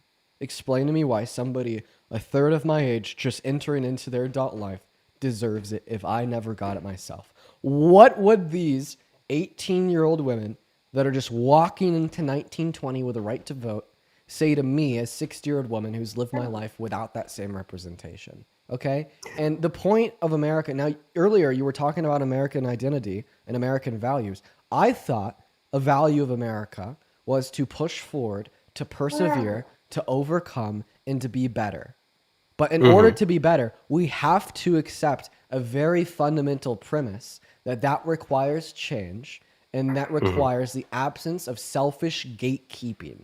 Okay? And It's not I will selfish to- agree that legal migrants in America have been wronged and slapped in the face, but by our government, because it was our government who decided to use migration as a political pawn to get the vote of prejudiced white people compared to doing a damn thing about it.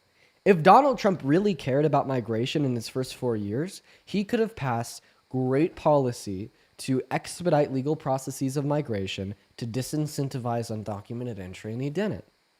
And it's not like the clock's over yet for him. He's our president again. He could propose a great policy today to expedite the legal processes of migration, to reduce undocumented migration into America, and he hasn't. And he's not going to do it because the He just moment started, Dean. policy I mean, passed you through gotta- was passed through It's just Congress. been a month, bro. Give him a second. Yeah. I like the idea. Oh, he just started. We need to give him more time. When he has been president of our country for more days than Biden ever was. So that aside, the point is, bored. Sorry.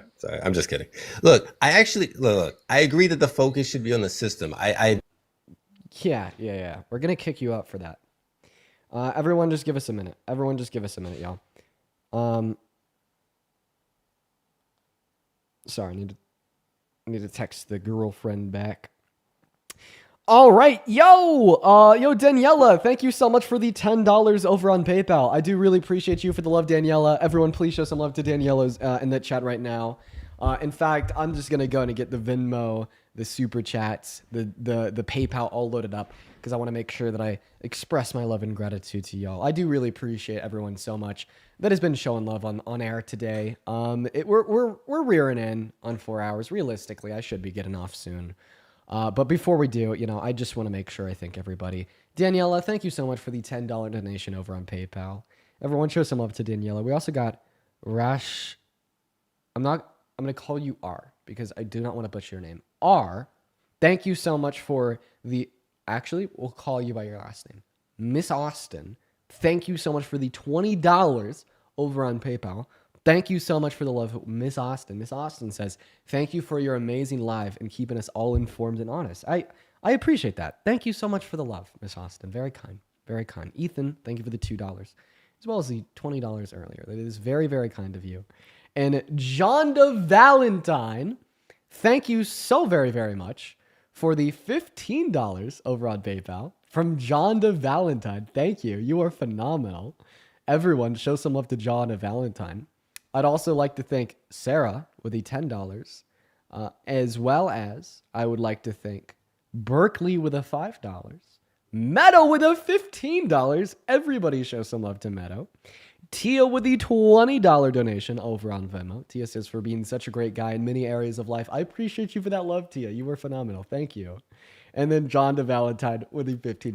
Jonda, man, I love you, Jonda. Yeah, you popped up. Earlier. That's right. Devin, thank you for the $5. Amanda, thank you for the 5. Then Emily, thank you so much for the $20 donation over on Venmo. Thank you so much for the love, Emily. Everyone, please show some love to Emily in that chat. As well as Rochelle, thank you so much for the $18. Thank you so much, Rochelle. Everyone, please show some love to Rochelle. Then Clarice with a 2 and Kato with a 1. I do appreciate you guys so much for the love. As well as Maria with the $10 donation over on PayPal. Thank you so much, Maria. Let's see if there's anybody else that I missed over on YouTube Super Chat. Quite frankly. It's been quite laggy today. Very laggy YouTube Super Chat. That's right.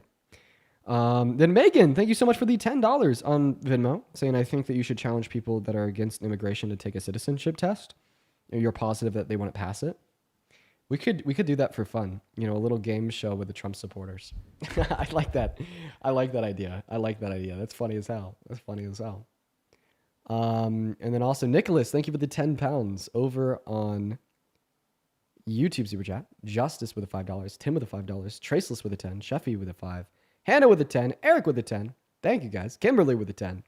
Then Eric with a 25. Thank you so much for the love, Eric, for all the love. Huge shout out to Eric for the massive Super Chats. Okay. For everyone watching on for TikTok, here's what we're going to do. We're going to go and just hang out on the YouTube and do a Q&A for like 10 minutes before I hop off. If you want to pull through, links in the bio. We're going to have a fun little Q&A over there, learn more about me. We could, discuss these political opinions a little bit more in depth. So for all of the 6.4 thousand people, here's how to find my YouTube. The first way you could find my YouTube is just by looking it up online. It's pretty easy to find. If you type in @DeanWithers, the same as you see on the top of the phone screen after the Venmo and the PayPal right here, you'll find it. Additionally, you can find it through the link tree in my bio.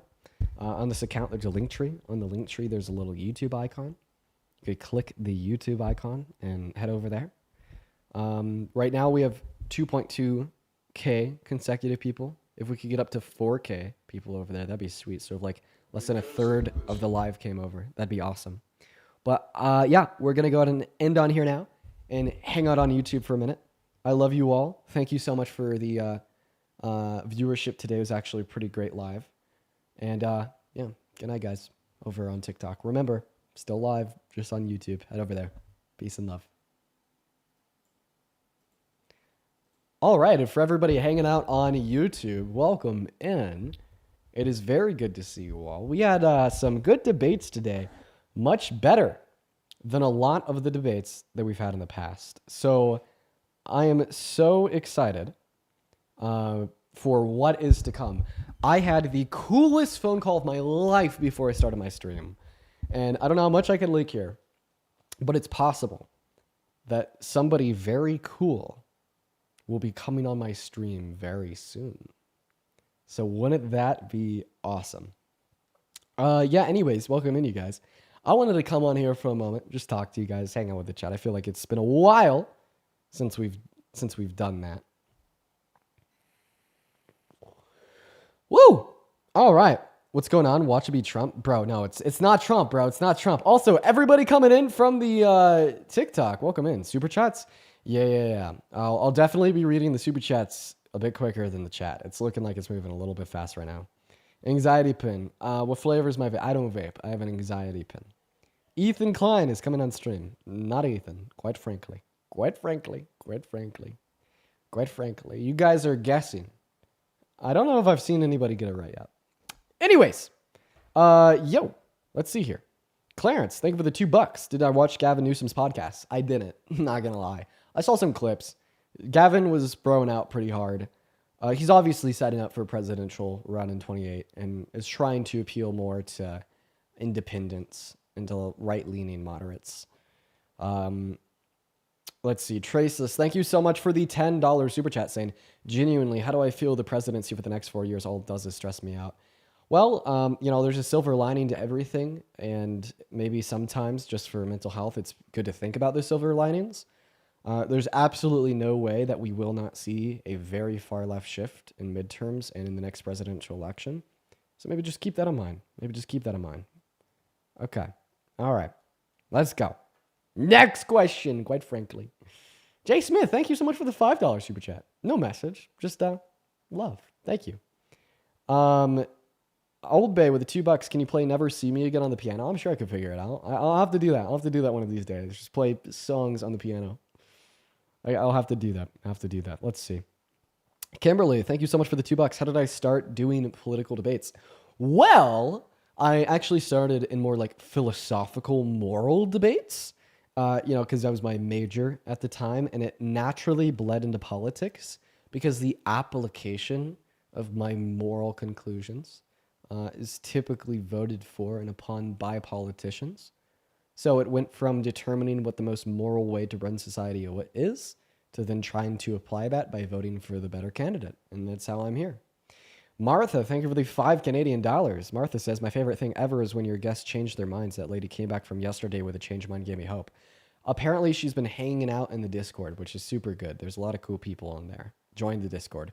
Do I think DC or Marvel's better? Marvel all the way. Marvel has my heart. Okay. Iron Man, coolest superhero ever. All right. Traceless with a $5. How would I feel about an AOC and Jasmine Crockett ticket for the next presidential election? Oh, dude, I would support that. I'd really support AOC, man. I'd really support AOC.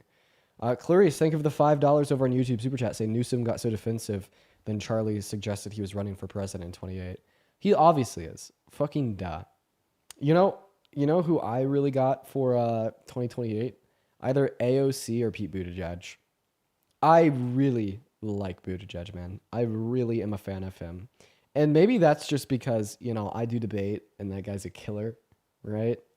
I love that guy. I love that guy. Rosie, thank you for the $8 Australian. I do really appreciate you so much for the love. Thank you, Rosie. You feel like Pete has a better chance than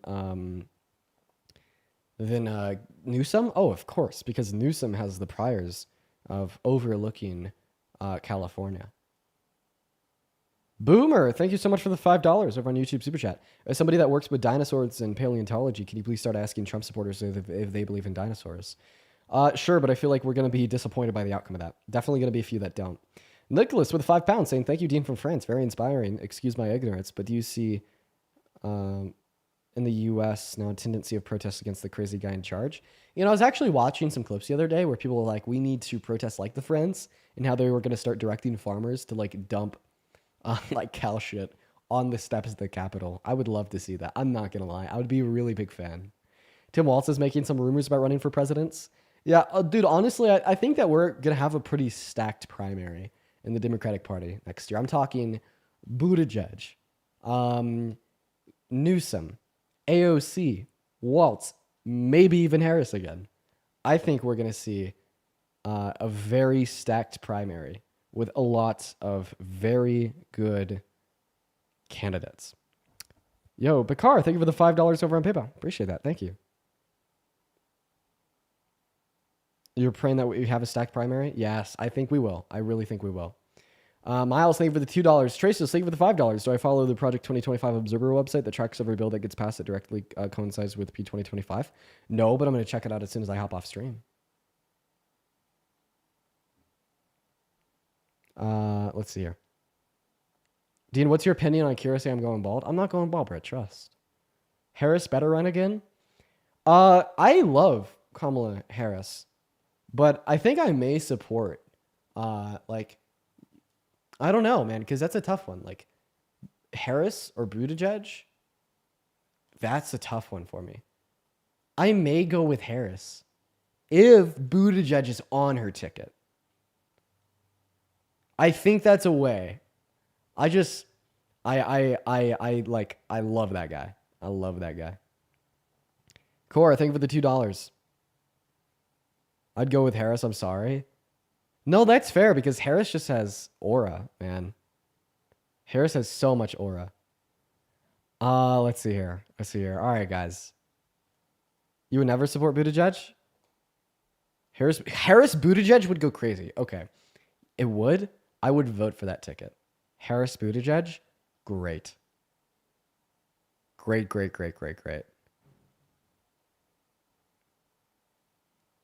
All right, you guys. No. A lot of people saying no. Yeah, I mean, honestly, we also have to consider the retrospect of the fact that we have many more years to become more left-leaning than we are today.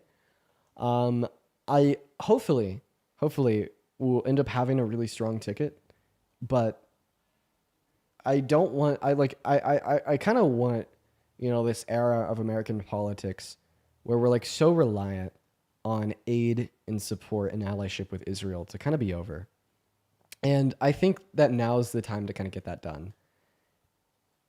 And maybe we might even see that shift in someone like Harris. I think it's likely that the only reason Harris really supported Israel was because she thought that was the populist belief, or she just operates on populist belief and would be more likely to not support Israel if we were to reject Israel more so as the constituents of the country. So I think it's possible that there either will be new candidates that are further to the left, or the candidates that exist coincide with more left-leaning beliefs because that's what the people want. And I support that. I really do. I really do. Yeah.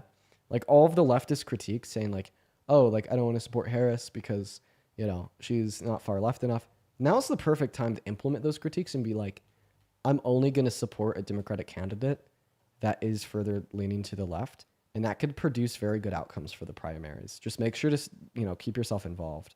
Did I see Sam Cedar and Jubilee? I've watched a couple clips. I want to react to the whole thing. The torch has been passed. The torch has been passed.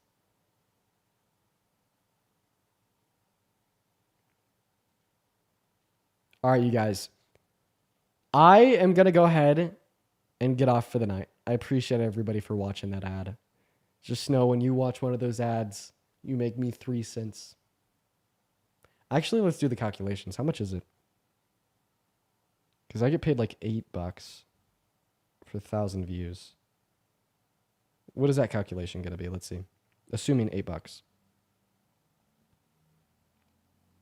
That is 1 cent. It's about a penny. It's a little under a penny. It's a little under a penny. Literally, when you watch an ad, you about give me a penny. Isn't that pretty cool? So if you've watched 3 ads, you've given me 3 pennies. Know that. Okay. All right, you guys. I'm going to go ahead and hop off for the night. I love y'all so much. Make sure to show some love to Parker when he goes live later. And have a good rest of your night. And hopefully we will have a guest on the live very soon. It will make you all very happy. I know that I'm sure happy about it. Peace and love, y'all.